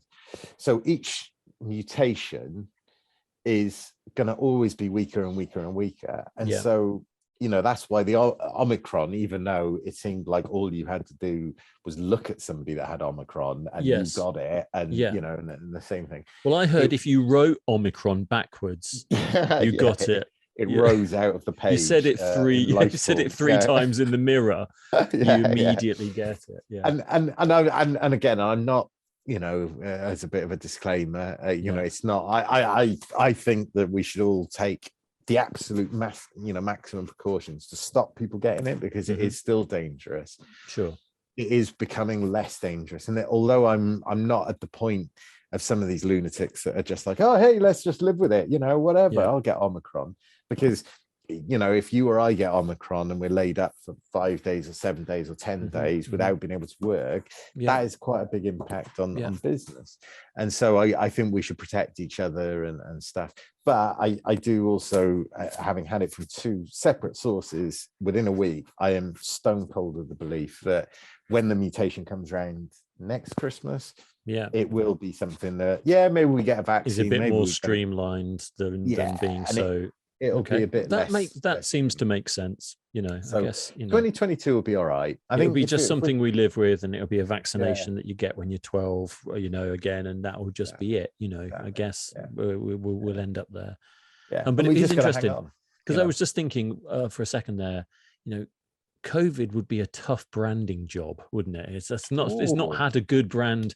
It's not looking good, the branding on that. I mean, firstly, I've never been a big fan of that funny little ball, the close-up microscope thing. I don't think that's a good logo for it for a start. They could have, someone day one should have said, we have to brand this really well, but just that's a really, do you know what? I feel like there's a competition in that. Do you know what? I think there is probably a competition. That's a school. If I was at college, if I was at uni, that would be something we'd be like, it'd be like sell COVID to 30 or maybe not sell COVID vaccinations to 18-year-old kids. That's what one of the briefs would be, I'd like to see the mission statement of COVID, it's like, to be the most virulent disease ever. I mean, what is interesting is that, like, all the brands that obviously have connections to COVID that have had to deal with it. So, like Corona, obviously the beer has had to really readjust their. Because I think, have they renamed themselves Corona Seltzer now? I don't know, actually. I'm sure I read somewhere recently that there was, I made a little note here. It might have just been one particularly bad ad campaign that I saw, but it came up as Corona Seltzer on the ad. So I need to do a little bit more digging. But because I just wanted to I started having a little think about, all those brands that have been completely tone deaf during the pandemic. So like you'll be watching one ad and it'll be like, stay at home, be careful, wash your hands, and the next ad it'll be like 40 people at a party having a barbecue, and you're like, we hadn't really thought this one through. There's been a few tones, but I think the old Corona beer has I mean, I just think people like to drink it and whatever, and I'm sure it'll be fine, but they must have had a massive hit. Just because people, like I said, for any reason to get it out of your life, not think about it for a second. You're not going to go, do you know what? I'm sick of talking about the coronavirus. I'm going to have this Corona beer, just sit and relax and read my Corona beer bottle. It's just, it's just not going to happen, is it? So I think those guys must have taken quite a big hit. So hence, I think I'm going to do a little bit more digging, but I think that Corona Seltzer might be their official new title. I'd be interested in that. I'd be see what we could come up with.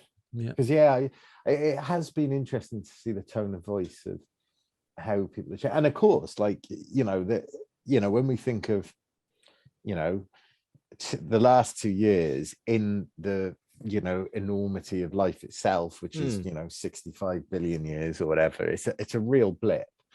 However, there are now a lot of photo libraries that are just filled with people wearing face masks that are now out of date. Sure. Well, they're out of date now, but then next month they might not be. So I mean, that's one of those things, isn't it, where it's it's an interesting time to be alive. But no, you've got me thinking now. I want to have a go at rebranding COVID. I mean, if you were going to sum up, or even another good competition would be, sum up COVID with one photograph. What it means. What does it mean to you? What would you photograph? You could photograph the family behind the plastic staring at their in the hospital, which is a bit on the nose, or it could be the kind of a flower that used to be yellow is now turning purple, or whatever.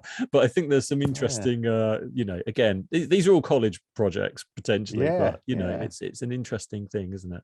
I would I'll have a think about that, actually. It's funny because some of the like various annual reviews and various reports and things that I've been doing over the last year, it's all of the covers have all been kind of sprouting seeds, and it's nicely done, but equally it's all about new growth and the beginning of something and the start of something, and and things changing and the breaking sunlight and all that kind of stuff, all very positive imagery about this is what it was and now we're moving to something new, which makes me feel positive about people's thinking. And you know, and they're changing attitudes towards all of that stuff. So yeah. Well, anyway, I think it's. I've got optimism. I think I, you know, even though I had a very long list of negatives, I think I have got. Yeah, I'm quite optimistic. I think we're, you know, we're through it. I think you have to be, you know, because the alternative, wow, is to kind of sit around going, oh, we've buggered the planet for our kids. It's covered in plastic. Secondly, we're all going to die from COVID. Anyway, cheers. Yeah, happy Tuesday. Yeah, no, I think actually that is a positive that's come out of 21 as well. Is I think that like never before we're having this climate chat, and yes, it's much needed, because I mean I remember 30 years ago in school, 35 years ago in school, talking about families who had 2 cars and how that was bad, and now most families have got 2 cars, or 3. Yeah, we have 2. Yeah, and they're not like tiny little Cortinas. They're like these massive. Like there's one that's like it's like half SUV, half articulated lorry that is down the road, and it's like, why it hasn't got an air horn to let us know it's on its way through. Well, you don't need to, because when they start the engine 6 miles away, you hear it. Yeah, hang on, they're starting now. But your bed shakes. It's good that we're having the conversation, and I think and we're doing something about it, and it's like a massive tanker of turd, isn't it? It's not going to be turned immediately on a handbrake. It has to be done gently, and hopefully if we've started the conversation, the kids will carry it on. And well, I think that I mean our kids are, they know so much more about recycling than we ever did at their age, and I feel that like that's a really good thing. I think like the awareness of that is something which is just drilled into them now, whereas like when we were kids, we'd be like, I don't know, standing in the garden spraying 2 cans at once in front of an open fridge going and the only thing we had to worry about was the ozone layer, and no one really cared about that, let's face it. I feel that like today people are much more aware of all of that stuff. And also, just going back to that exhibition I went to at the Design Museum, that was so good in showing how people's attitudes were where they just throw their crisp packets on the floor and whatever, and now they've come full circle where they're being remade into bricks to build houses. And and I feel that like that, just that it seems quite a kind of a sort of exclusive thing that people might sort of have the pleasure of doing if they once upon a time used to feel like if you did recycling then you were like really proactive, whereas now it's like every house recycles. Everyone has a recycling bin and a food waste bin and all that stuff, because it has to be that way. Okay, fair enough, it all ends up in the same truck that's sent to China and they tip it in the sea, but at least we feel like we're doing good. Absolutely. Well, and that's the main thing. And I think this is the thing with big corporates, I think, are the ones that have to lead on this, and what I do love, I've got Levi, I like Levi jeans, I've said it, Levi, if you want to sponsor me for clothes, I've said it again, Levi jeans from San Francisco, Levi's. Sorry, was that? It was Levi's, it was right. Sorry, I thought you said. What I love is the packaging that it comes in. It's all like that sort of cardboard, paper packaging, rather than the horrific shrink wrap. That has changed. I mean, we have like those we have a few meals delivered during the week which are the boxes that you get with all the pre-measured out ingredients, mainly because we don't have any time, but also we're totally lazy. But they all come in packages now that are all fully recyclable, whereas once upon a time it was plastic bags. And so attitudes are definitely changing. And that's and again, just to bring it back to design for a minute, that's something really interesting that's happened over the last kind of 10-15 years, is that a lot of companies have had to start embracing this approach to solving their packaging issues without damaging the environment, and like the fact that you can now go to places with your own containers and buy pasta and buy lentils and all that kind of stuff without having to purchase all the packaging and stuff as well, I think is really, that's another positive step forward. Do you know what, talking about design as well, one of my other favorite brands, and I'm not looking for sponsorship from them, I just like them. I'm looking around. Beats headphones. Beats. You hearing me, Dr. Dre? Beats. No, I was looking for my work laptop because it's this company down here, Rapa Nui. Anyway, they are brilliant, and have a little look at them. They do sustainable clothing, and the idea is that you have an item from them, and then once you're finished, you send it back and it gets recycled.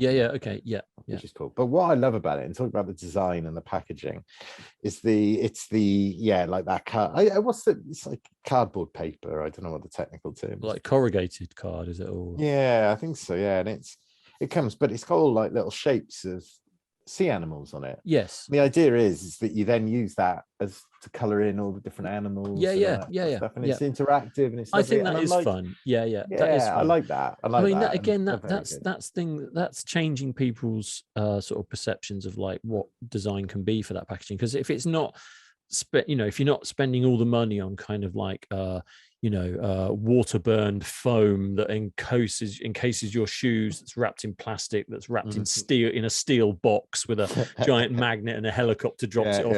If it's not doing that, then if it's just a cardboard box, then it's going to be crap. That's what generally the old thinking 20 odd years ago was. Having done a lot of packaging myself, that sort of thinking was like it was like the cheap option, whereas now it's much more difficult to get creative with limited resources. But by doing things like that, where the print does something interesting, or maybe it's hole punched, or maybe it's, there's something interesting. The box folds in a different shape and makes something different.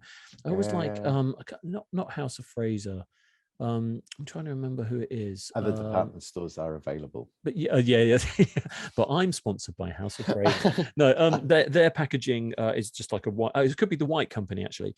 Their packaging is just like a white box, and then when you open it up, it's all of their offices. It's like it's like a street scene inside. So you can fold it the other way around, and it turns it into like a building, and then the kids sort of can color it in, and like you said, it becomes something more than just a cardboard box with your towels in it or whatever. But going forward, it all sounds very positive, Nick. It does. This has been a very interesting chat. We've been through the highs, we've been through a lot of the lows. We've tackled politics. We've solved the coronavirus. We have, if we were in power, I think we'd have done it ages ago, to be honest. But anyway, that's just me. Not only solved it, but made such a spectacular brand of it that people will be embracing it. So anyone listening out there, send your logos to Nick Morrish at nickmorrish.com. And we said things like anti-vax. We said things like hop on a call. And other annoying and other things. And one I missed out was human capital, but I thought I'd leave that for another day. That one came up a few times. But it's been good to talk to you about 2021. It's been lovely. It's been good to see you. And 22, we are going to meet in person. We're going to have to. Because it's been way too long, and any job that comes up, immediately I'm like, how can I get Nick Morrish involved in this? And it just goes to show how crazy it's been, because we haven't worked together for 2 years. It's been a bit of a while. It's been a while, and I know like I said, any job that pops up that I think I'll get you involved, I don't know, it just doesn't quite happen. Well, on a bit of a tangent, I did meet up with the wonderful Charlotte Raston. Yes, recently. I have been working with Charlotte. Charlotte, if you've made it this far, well done. She likes to listen to my voice before she goes to sleep. Laying on a beach. And if Charlotte's watching, we will work together. The three of us will work together. It would be good. The Holy Trinity will get back together. Absolutely. We haven't destroyed a charity since Tomorrow's People closed. So it's time for us to all get back together and target the next one. Without explaining that's the end of this show.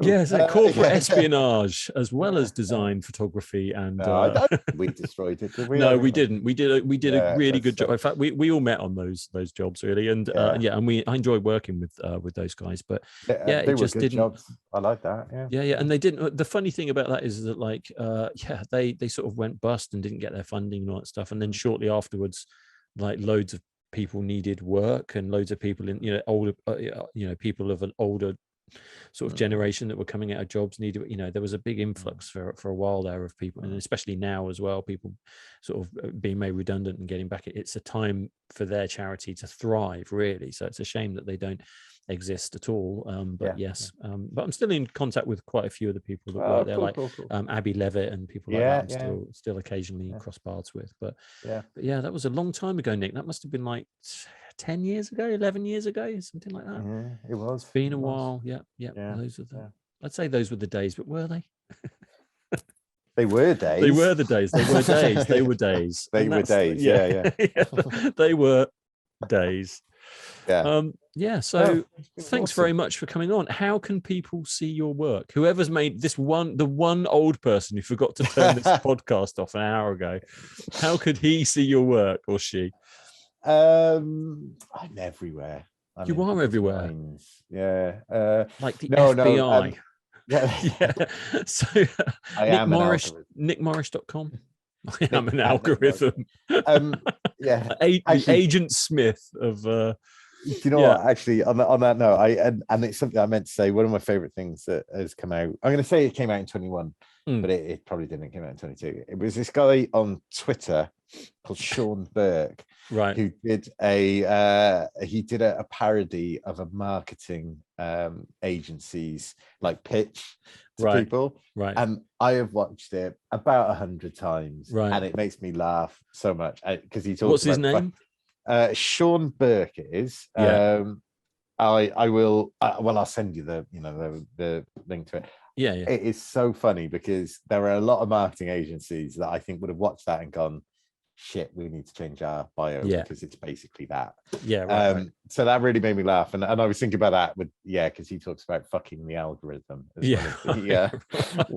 One of the core principles of the thing. But no, it's been lovely. So you can find my work at www.nickmorris.com, all one word, all lowercase. Yeah. And Instagram, follow you on the gram. Yeah, at Frographer. The Frographer, Frographer. Which is and your home address. It is Sutton, in the loft above Jay's house. Because the basement's full of the government having a party. Keep it down, guys. Oh, they're so noisy. Yeah, absolutely, mate. Absolutely. So that's where you can find me. And can I just say, I get a lot of love for the logo, which was designed by Deadline Creative. Yes, you do. Love for it. I like that logo. It suits you. Yeah.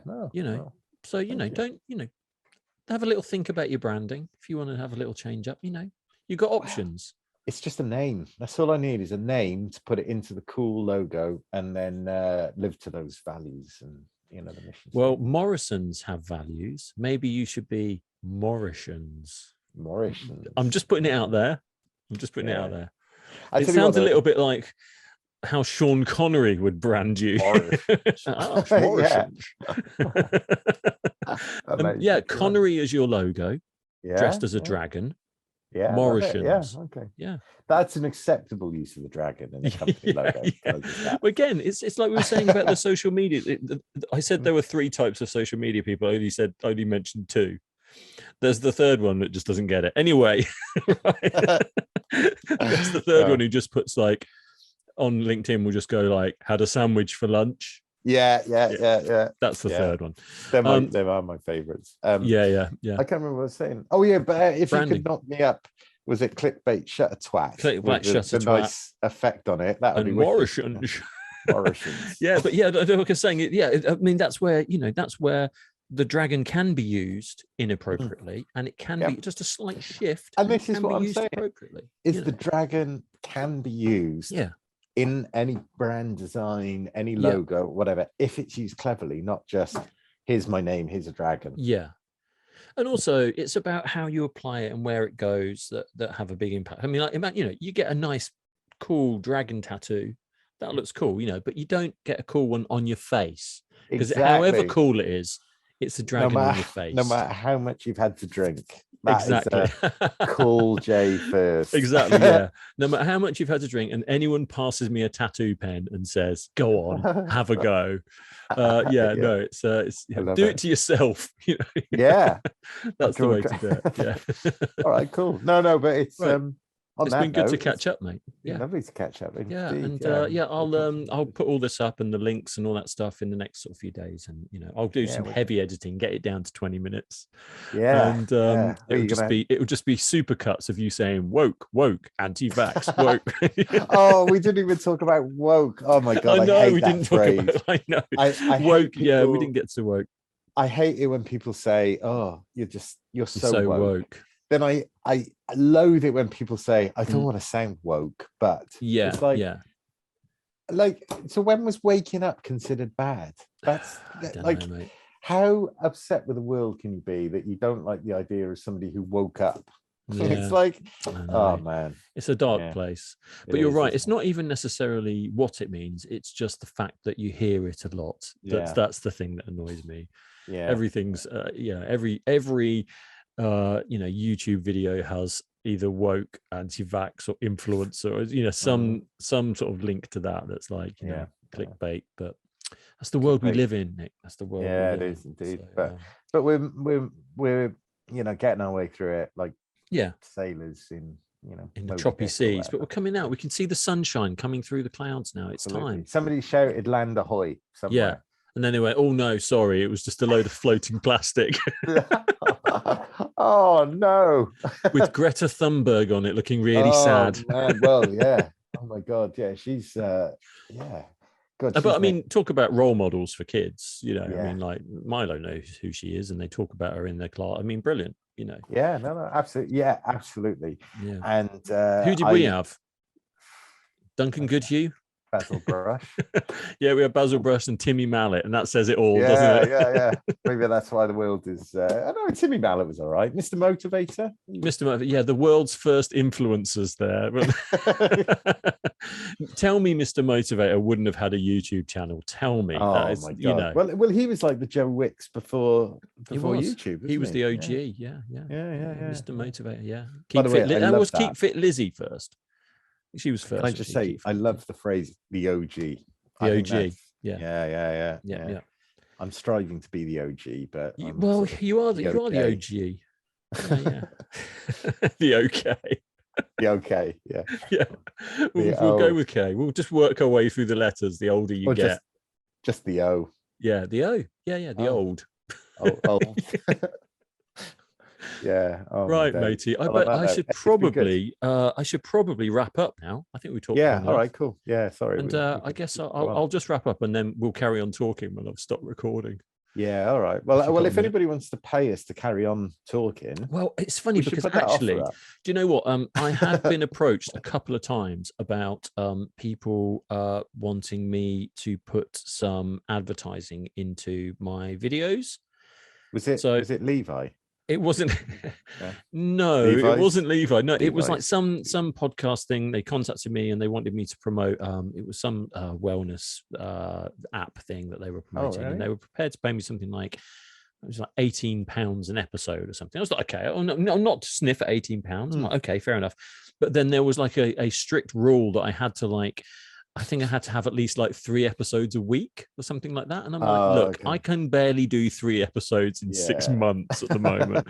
So unfortunately I was just like, maybe I'll decline on this. I'm a little bit disappointed that you didn't also show him a picture of me and say, is this really an advert for wellness? Is this what I think the email was entitled, "We think Nick needs some wellness." Yeah.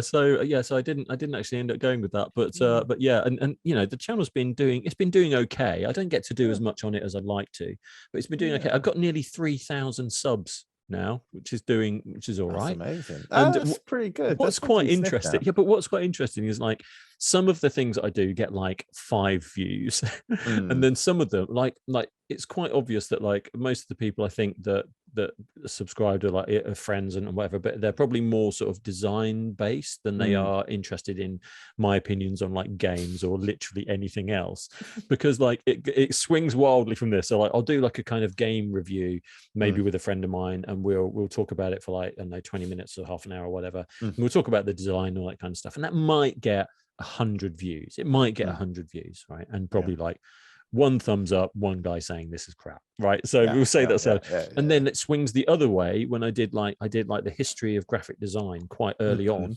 That's had 8,000 views. So like it's quite obvious where I should be focusing. But the truth is that like I'm having more fun doing the other stuff in my own time, and it's quicker. So I'm just trying to sort of generate some content. But it's those kind of history ofs. They're the ones that you can do that get quite a lot of people interested in. Like I did history of design, I did history of video games, and they both got quite a lot of views. Yeah. But if you should do a history of photography, I think you do a really good job with it. Well, I did start, and then it just sort of got lost. And so, you could do a really tight little, and the thing is, if you do it like 10, 15 minutes, little intense kind of, this is the kind of the skim across the top of photography. Think about all those kids who out there writing essays for school, and they're just starting to start out. First thing they Google is the history of photography, and then they'll find a 50-hour long epic YouTube channel that tells you all about it, or they'll find your little snapshot for 20 minutes. Which I think I'm going to own up and tell you where my history of photography video fell down. I had it scripted. I had everything. Right. And the first scene, because actually photography actually starts with cave paintings. Okay. Cave paintings are the first. It's just different tools. Yeah. So I was going to dress up as a caveman and actually do a cave drawing. Do you think I could find a caveman outfit or a cave? Couldn't. That's the problem. It fell.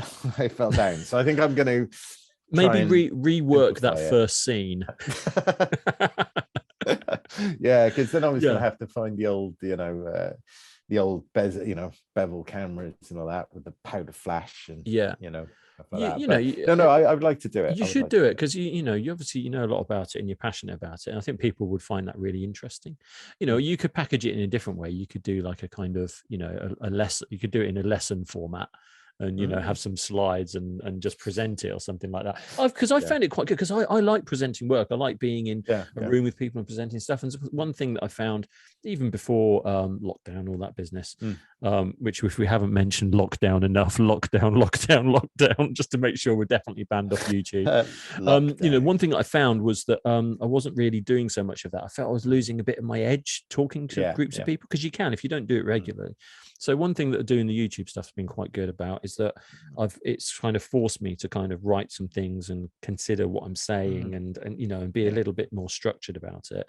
And I think I feel like it's helped with my presentation skills to clients on Zoom and things like that. So I definitely recommend it. And also it can be really good fun. Yeah. Well, I do you know what, you've inspired me. I'm going to dig out. That's it. That's like I was saying about having your little side projects. That'd be great for you. You would do a great job. You kill it.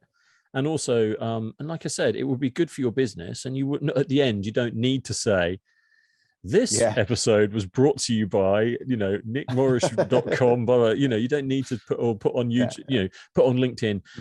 Works a bit quiet, so I made this video. Cheers. So I think it could be quite a good thing. Anyway, I'm going to do it. I'll Well, when I send you that Twitch link, you'll probably have your own channel. Then you just do it every day. Oh yeah. People do some mad stuff on there. Like you can go on. There are Twitch channels where it's just titled like "Just Working Today." And it's just like a webcam in the corner, and it'd just be me like just working, and then people just commenting and chatting about it while you're just working. Well, I tell you what I'm going to do. I'm going to start a channel where I just say the word lockdown every day. Just that's it. Video on, lockdown. The channel would be called How Long Before I'm Banned.com. I might say it in different ways. It's like lockdown. Lockdown. Lockdown. Yeah, exactly. Lockdown. Yeah. Mate, do you know what? The thing is, you would make a fortune and so many people would watch that. That's the world we live in. Yeah, that would be fun, wouldn't it? Oh, yeah. Yeah, I wonder, you'll be an influencer this time next year. You'll be an influencer. You'll all be in your Levi's gear, sponsored Levi's gear. Yeah. Did I mention Did I mention that I wear Levi's jeans? You did mention it and once. In fact, this is a Levi's shirt. It suits you. I like that shirt. Yeah, it looks good. Yeah, nice. Yeah, quality material for a quality age. Anyway, was that the strap line? No. Right. So, good old Levi Strauss. You're really plugging that now, mate. Yeah, you're going too far. Have I? Yeah, I've gone beyond influencer, haven't I? But yeah, all right, cool. So that's it. So we've got your things. I should probably wrap it up, shouldn't I? I should say, thanks for listening, whoever's out there still. Just our family, probably not. Yeah. Actually. Future Nick and Jay, who are listening, the only two people that listen to this. Hi. Hope you're doing all right. I always listen back. Do you listen? I listen to them. A few weeks later, I'll be like, I wonder how I sounded at about 34 minutes, and just pop in. And, just have a little listen to yourself. Yeah, it's good. Good little refresher. Yeah. Yeah. So that's it. So all that's left to say is be good, stay safe, be kind to one another. Oh, thank God that's over.